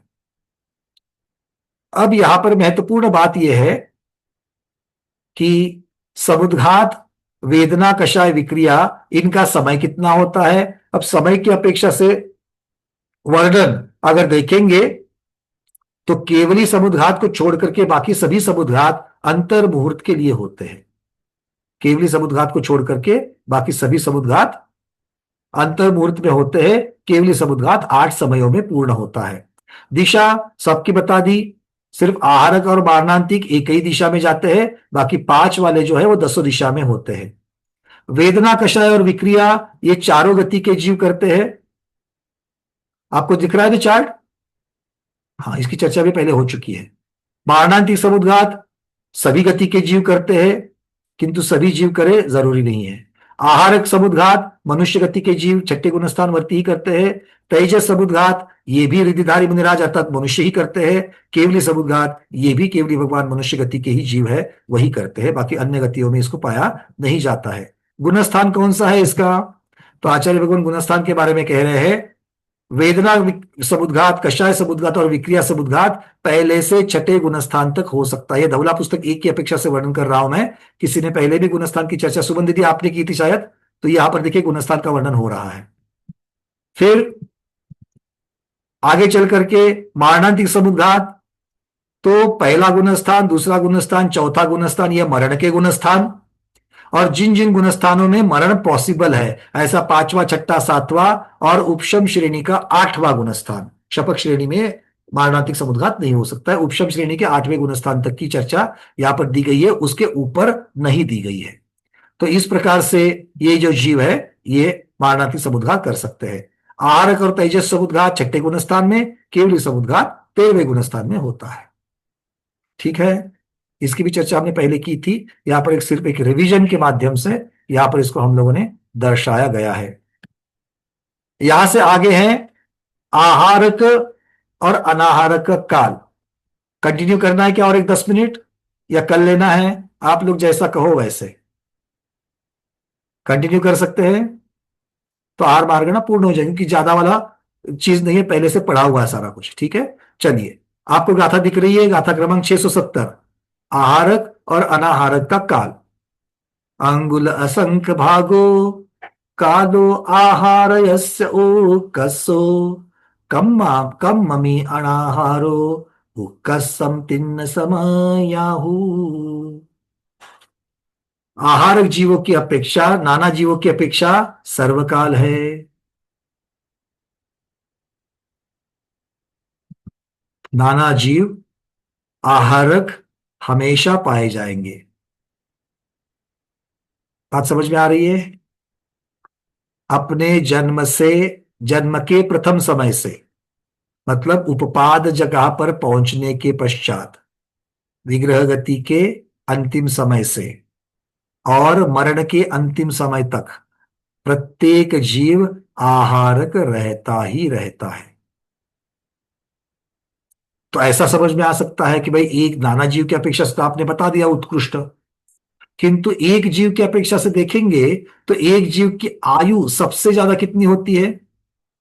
एक जीव की आयु सबसे ज्यादा 33 सागर, है ना, सर्वार्थ सिद्धि और 7वें नरक की अपेक्षा से 33 सागर, मतलब 33 सागर माइनस विग्रह गति के मोड़े का समय, इतना अगर करेंगे तो उत्कृष्टता से उतना समय किसी भी जीव के आहारक पने का होना चाहिए, हाँ या ना? हाँ, ऐसा नहीं होता। क्यों? क्योंकि अगर मरण करके अगले भव को रुजुगति से जाएंगे तो, रुजुगति से जाएंगे तो क्या होगा? फिर तो वो जीव अनाहारक होगा ही नहीं। विग्रह गति के उस एक समय के रुजुगति में भी आहारक ही रहेगा और अगला पूरा भव आहारक हो जाएगा। मतलब 33 सागर से भी आगे चले गए कि नहीं गए? गए। तो फिर आचार्य भगवान इसीलिए यहां पर कह रहे हैं कि अगर एक जीव की अपेक्षा अगर हम देखेंगे, एक जीव की अपेक्षा अगर हम देखेंगे तो आहार्यस्य उक्कसो कितना है? अंगुल असंख्य भागो कालो, अंगुल के असंख्यातवे भाग प्रमाण काल उत्कृष्टता से आहारक का काल कहा जाता है। अब अंगुल के कौन बताएगा ये? अंगुल के क्या कहा? असंख्यातवे भाग प्रमाण। अंगुल के असंख्यातवे भाग प्रमाण मतलब कितना काल हो गया? अंगुल के असंख्यात विभाग प्रमाण मतलब कितना काल हो गया?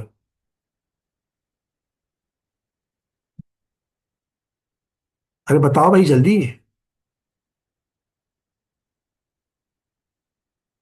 नहीं, पूर्णिमा दीदी बोलिए।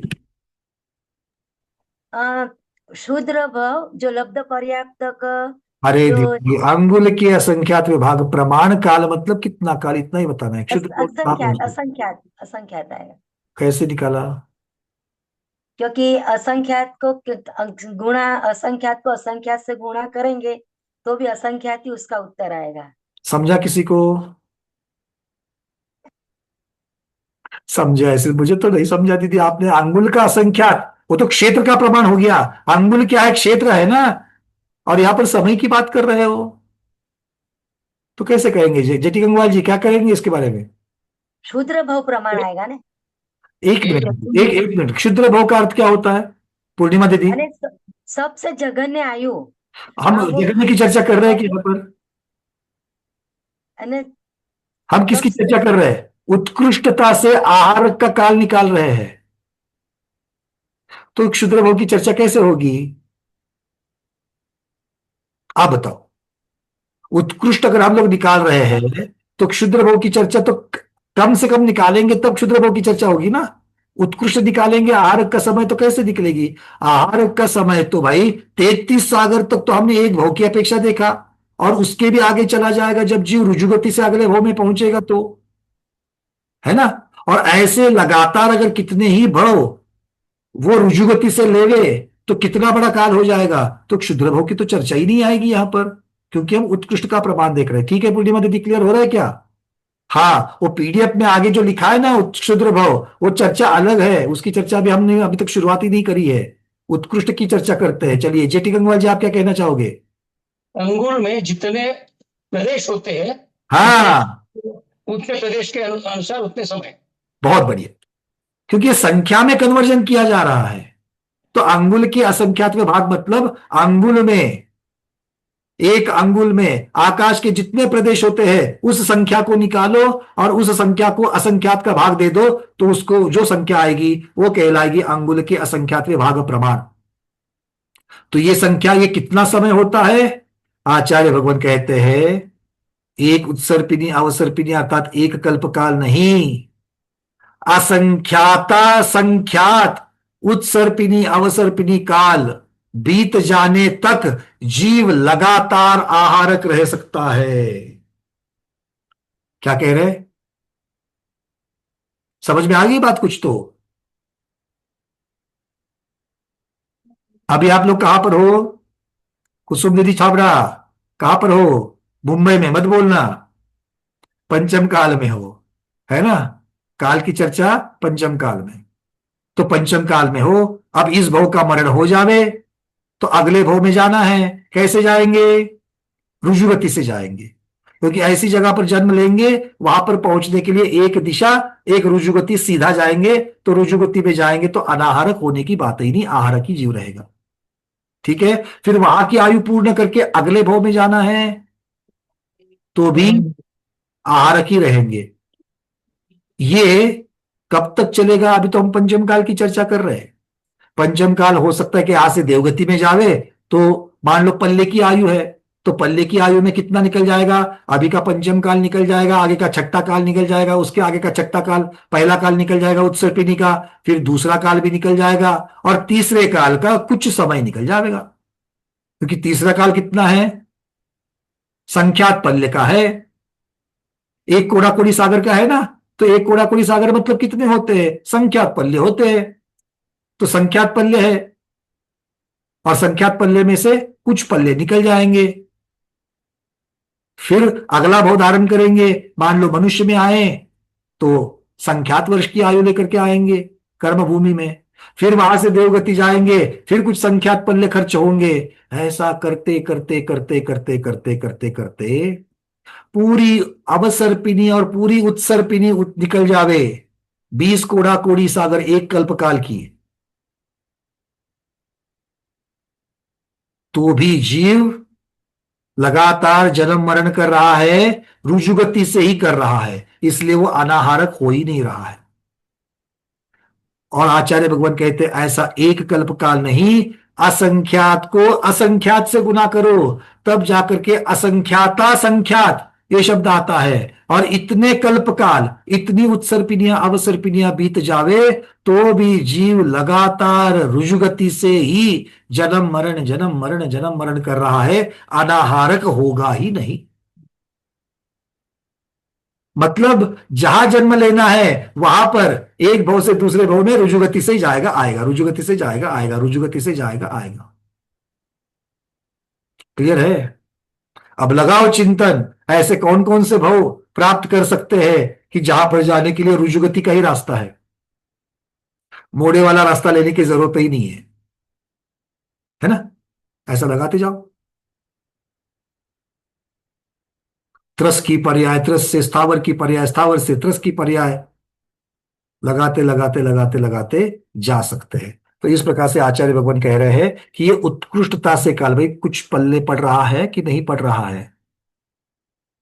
समझ में आ रही है ना बात? तो इतने समय तक उत्कृष्टता से एक जीव आहारक रह सकता है।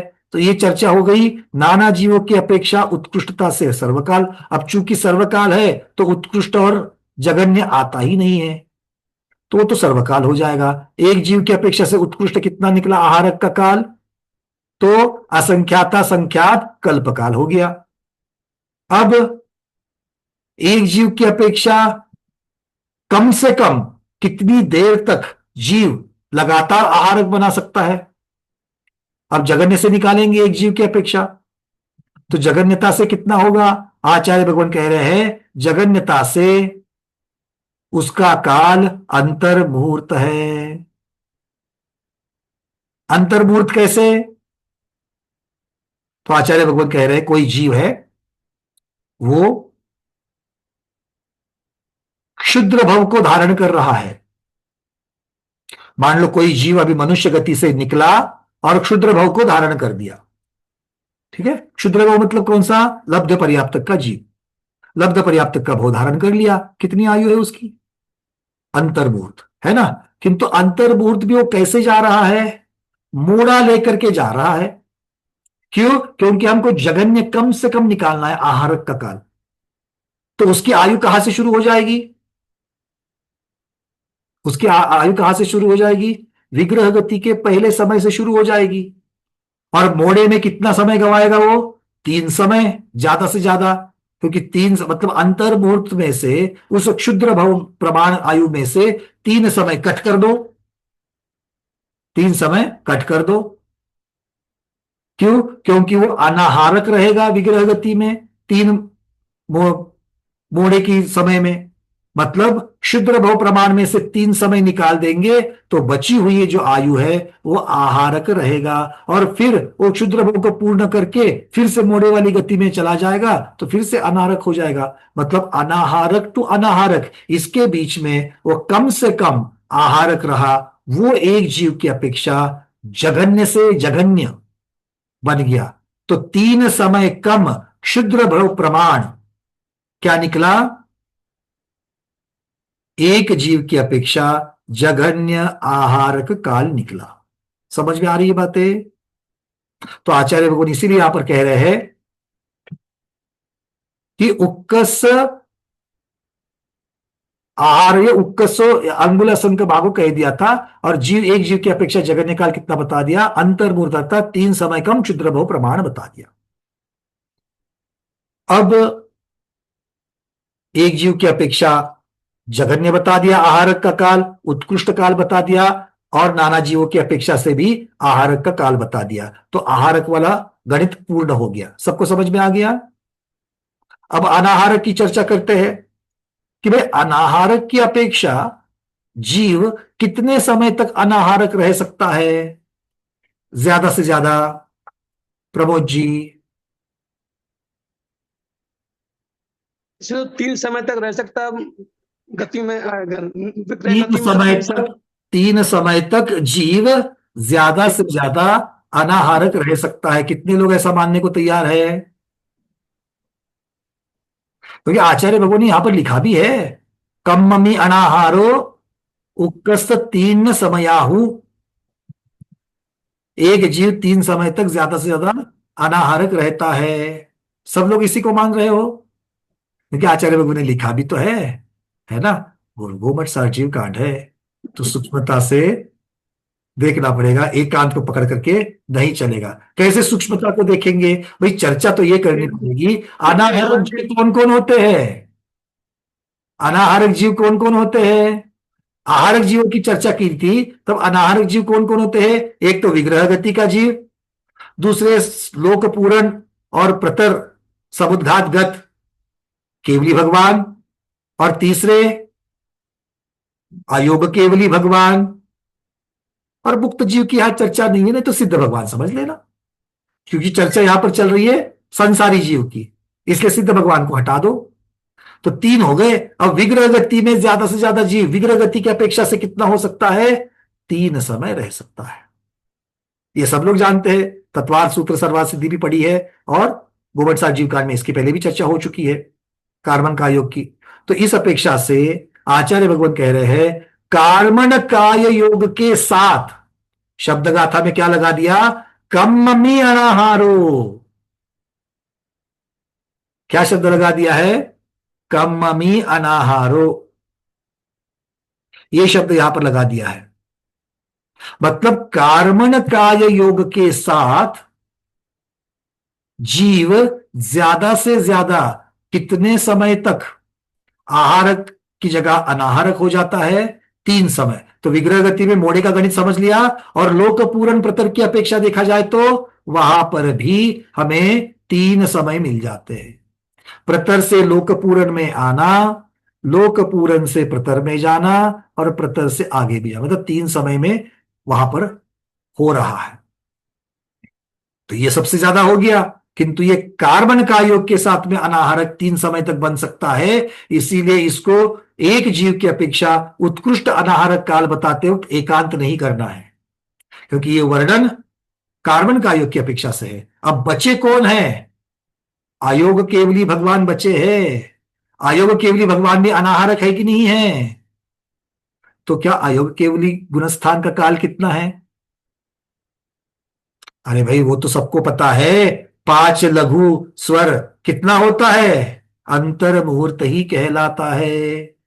14वें गुणस्थान का काल भी अंतर मुहूर्त ही है।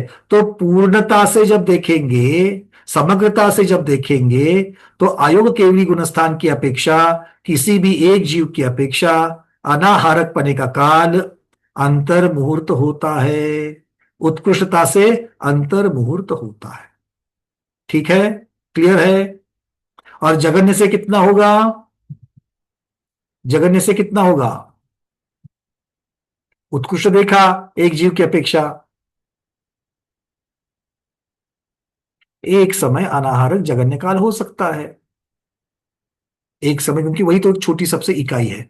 मतलब एक जीव की अपेक्षा अनाहारक पने का काल सर्वजगन्य एक समय, कार्बन का आयोग की अपेक्षा उत्कृष्टता से 3 समय, और आयोग केवली गुणस्थान की अपेक्षा से अंतर्मूर्त माना जाएगा। क्लियर है?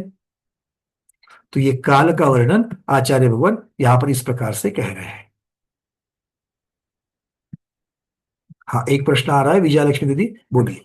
जिनको ये काल की परिभाषा समझ में नहीं आए वो पूछ सकते हैं। मारणांतिक समुद्घात में भी अनाहारक रहते तो एक समय लेता है ना, वेदनीय कषाय आपने अभी चार्ट में बताया मारणांतिक था कि समुद्घात में, एक मिनट, मारणांतिक समुद्घात में अनाहारक क्यों बना रहे हो उसको? समुद्घात में ऐसे ऐसे ही थोड़ी बनाओगे किसी को भी अनाहारक। उसके बाकी के आत्म प्रदेश है ना शरीर के अंदर, बाकी वो तो ग्रहण कर ही रहे हैं, योग है वहां पर उसका। बराबर। हाँ, योग है तो आहार ग्रहण करेगा ही करेगा। चलिए अंजलि दीदी।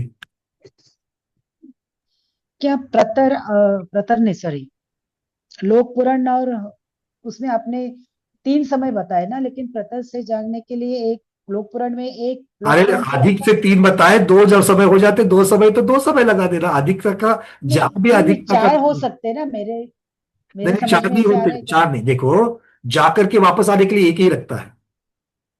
अच्छा, जाकर वापस आने के लिए एक ही, ओके।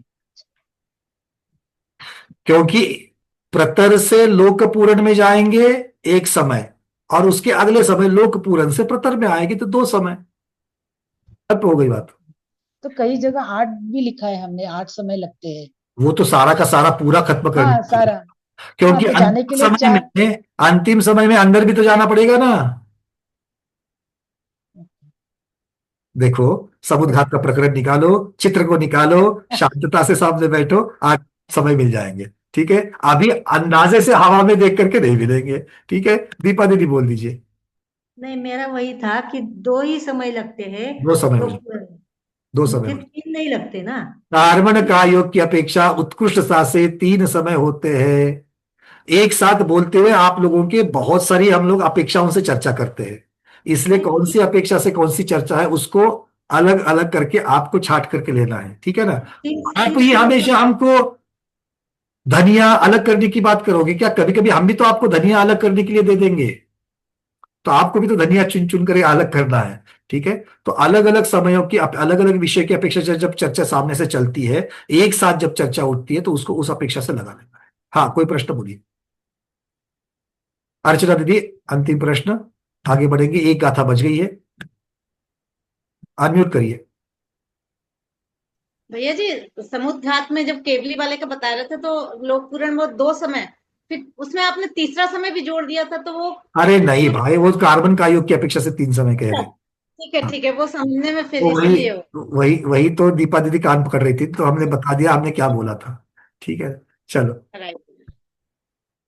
चलते हैं अब। अंतिम गाथा, संख्या अधिकार के बिना तो कोई मार्गना पूर्ण नहीं होती है, इसलिए आहार मार्गना की संख्या विशेष गाथा क्रमांक 671। ठीक है, क्योंकि ये सारी चीजों का बहुत बार हम लोगों ने चर्चा की है, इसलिए गाथा प्रमाण को सिर्फ देखते हुए उस विषय का हम लोग अभ्यास कर रहे हैं।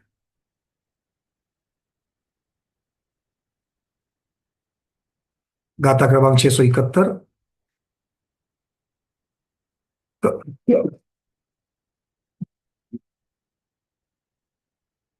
दिख रही है सबको? चलिए। कम इय काय जोगी होदी अनाहार यान परिमाणम, तब विरहित संसारी सवो आहार परिमाणम। कम इय काय जोगी होदी अनाहार यान परिमाणम, तब विरहित संसारी सवो आहार परिमाणम। कम इय काय योगी, कार्बन काय योगी जीवों का जितना प्रमाण है उतना ही अनाहार यान परिमाणम, क्योंकि जब जब जीव कार्बन का योग के साथ में होता है वो नियम से अनाहारक ही होता है। वो नियम से अनाहारक ही होता है, ये कह रहे हैं।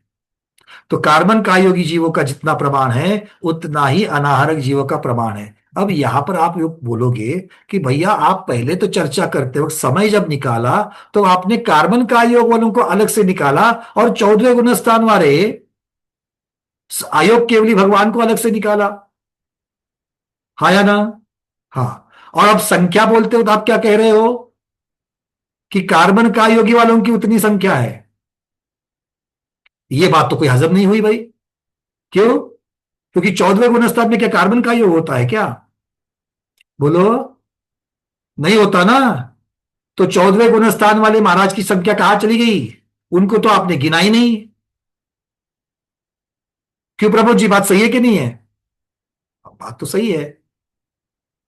तो आचार्य महाराज क्या कहेंगे? इतनी देर तक गोमटसार जीवकांड प्ररूपना पढ़ रहे हो, इतनी गाथाएं समाप्त की तरफ आ गई, अभी तक नहीं समझे। प्रधान वर्णन और गौण वर्णन, अनाहारक जीवों का अगर मैं देख लूंगा तो विग्रह गति में, संसार में, अर्थात कार्बन का योग कहां कहां पर है? विग्रह गति में भी है और समुद्घात में है। समुद्घात कितने जीव करेंगे? मनुष्य गति के केवली भगवान जो है वो भी अपने आयु के अंत में है, वही करेंगे। उसमें से 6 महीने 8 समय में 608 जीव 14वें गुणस्थान। और विग्रह गति के जीव कितने हैं? मतलब 13वें गुणस्थान और 14वें गुणस्थान के संख्यात मनुष्यों की संख्या के सामने विग्रह गति के 3 लोकों के अनंतानंत जीवों की संख्या जब देखेंगे तो अनंतानंत का वर्णन करेंगे या उसके साथ में अनंतानंत में मिले हुए संख्यात की चर्चा करोगे? समझ में आ गई? तो प्रधान से कितना भी कहो तो अनंतानंत ही होगा। और चूंकि अनंतानंत का बहुभाग, अनंत अनंत बहुभाग जो है वो मुख्यता से कार्बन का योगियों का होता है, इसीलिए प्रधानता से वर्णन कर दिया। कार्बन का योगी की अपेक्षा से जितने अनाहारक जीव है वो सारे कार्बन का योगियों की संख्या है। अब इसकी संख्या कहां देखेंगे? तो बोले योग मार्गना में जाकर के देख लेना, वहां बताइए। ठीक है। और सूक्ष्मता में देखेंगे तो इसमें समुद्घातगत और अयोग केवली गुणस्थानगत इन जीवों की संख्या को जोड़ देना, वो भी इसके पहले बता चुके हैं। तो ये जाकर के सूक्ष्म वर्णन और प्रधान वर्णन होता है। आगे क्या कह रहे हैं? तव्यरहित संसारी। तव्य मतलब कौन? अनाहारक की संख्या। अनाहारक की संख्या हिद करनी है, हिद मतलब कम करनी है। किससे? संसार राशि से। तो संसार जीव राशि से कार्बन का योगी जीवों का प्रमाण घटाने पर जितनी संख्या नीचे शेष रहे वो प्रमाण किसका है? सर्वो आहार परिमाणम। सर्व आहारक जीवों का परिमाण उतना होता है। भाई क्लियर है? चलिए, इसलिए नीचे कहते हैं संख्यात आवली मात्र अंतर मुहूर्त काल के द्वारा यदि सर्व जीव राशि का संचय होता है तो 3 समयों में कितना संचय होगा? इस प्रकार त्रैराशिक करने पर अंतर मुहूर्त काल से भाजित सर्व जीव राशि आ जाती है। यह अनाहारक जीवों का प्रमाण है। और यहाँ पर अयोगी जिनका प्रमाण गौण है क्योंकि वे मात्र 608 है और कार्बन का अयोगी जीव अनंत है, इसलिए प्रधान वर्णन और गौण वर्णन की अपेक्षा से प्राप्त किया गया है। तो जिनको सूक्ष्मता की अपेक्षा से देखना है तो वो संख्या कैसे निकालिए त्रैराशिक से, वो भी आचार्य भगवान ने यहां पर टीका में दे दिया है। संख्यात आवली मात्र अंतर मुहूर्त काल के द्वारा सर्व जीव राशि का संचय होता है तो 3 समयों में कितना संचय होगा? ठीक है। चलिए, मतलब ऐसा अंतर्मुहूर्त, कौन सा अंतर्मुहूर्त? कौन सा अंतर्मुहूर्त? 14 गुणस्थान का अंतर्मुहूर्त देख लो, संख्यात अवधि का है। तो उस प्रकार से त्रैराशिक कर दिया उन्होंने, तो ये उदाहरण आ जाता है। चलिए, तो इस प्रकार से ये आहार मार्गणा की संख्या अधिकार यहां पर पूर्ण होता है। कोई प्रश्न है? अर्चना दीदी, प्रश्न है आपका? क्योंकि मुख्यता से उन्होंने कार्बन का योगी की अपेक्षा से अनाहारक की चर्चा की और उससे बची हुई संसार की राशि, ये आहारक जीवों की संख्या बताई गई है। ठीक है। कोई भी प्रश्न पूछने को तैयार नहीं, क्योंकि प्रश्न क्यों पूछेंगे तो और भी क्लास खिंच जाएगी। चलो, विजय लक्ष्मी दीदी को ऐसा नहीं लगता है, वो प्रश्न पूछ रही है। विजय लक्ष्मी दीदी पूछ लेना, बोलो। आहार का मिनिमम समय कितना बताया आपने? आहार का मिनिमम समय 3 समय कम क्षुद्र भव, जगन्य एक जीव की अपेक्षा। 3 समय विग्रह तो व्यक्ति 3 समय। हाँ, नहीं मैं क्या बोल रही थी, वो जो जीव एक 18 बार मरते हैं तो वो वही वाला एक, उसमें से एक भव ले लेना, क्योंकि एक हाँ भव से दूसरे भव में जाते वक्त बीच में अनाहारक हो जाएगा फिर से। हाँ उसके लिए मैं बोली, तो वो ठीक। एक समय पकड़ने का ना, फिर उसका वो एक कैसे? समय में 18 बार मरते, मतलब एक समय बाय 18 डिवाइडेड बाय 18। दीदी एक समय में होता है 18 बार या एक सांस में 8-10 बार है? हाँ, ये कहा सांस में 8-10 बार है। सांस एक समय से बहुत बड़ी होती है। बराबर। ठीक है ना? चलिए, ओके। चलिए, इस प्रकार यहाँ पर इस 14वीं मार्गणा, जो संसार के जीवों का समग्र वर्णन करने वाले ऐसे गोमटसार जीवकान की 14वीं मार्गणा, और 14वीं मार्गणा के साथ में 19वीं प्ररूपणा भी यहाँ पर पूर्ण होती है। इत्याचार्य श्री नेमिचंद्र विरचितायाम गोमटसारा परिणाम पंच संग्रह वृत्तो जीव कांडे विंशति प्ररूपणासु आहार मार्गणा प्ररूपणा नाम एकोनविंशति अधिकार। इस प्रकार से ये 19वां अधिकार, 19वीं प्ररूपणा और 14वीं मार्गणा यहाँ पर पूर्ण हो जाती है। एक बार फिर से हम उस मार्गणा अधिकार के मंगलाचरण को यहाँ पर उच्चारण करेंगे, क्योंकि मंगलाचरण आदि में भी होता है, मध्य में भी होता है और अंत में भी होता है। अंत में जो होता है, जो पढ़ा हुआ है वो अच्छी तरीके से पच जाए। कैसे पचे? आचरण में आकर रत्नत्रय की पूर्ति के साथ में पच जाए। इन भावनाओं के साथ में हम फिर से इस मार्गणा महाधिकार का मंगलाचरण कहते हैं। धम्म गुण मग्नाहय मोहारि बलम जिनम नमस्सिता मग्गन महाहियारम विविहियारम भणी साम। बोले गोमटसार जीवकान ग्रंथराज की जय। सिद्धांत चक्रवर्ती नेमिचंद्र महाराज की जय।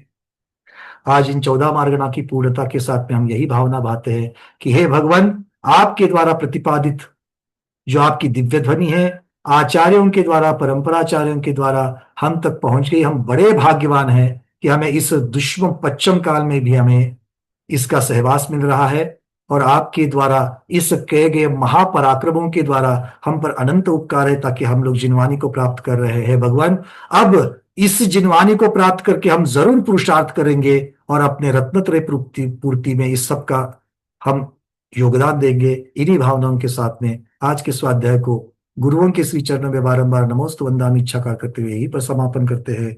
जैनम जयतु शासनम, जैनम जयतु शासनम, जैनम जयतु शासनम।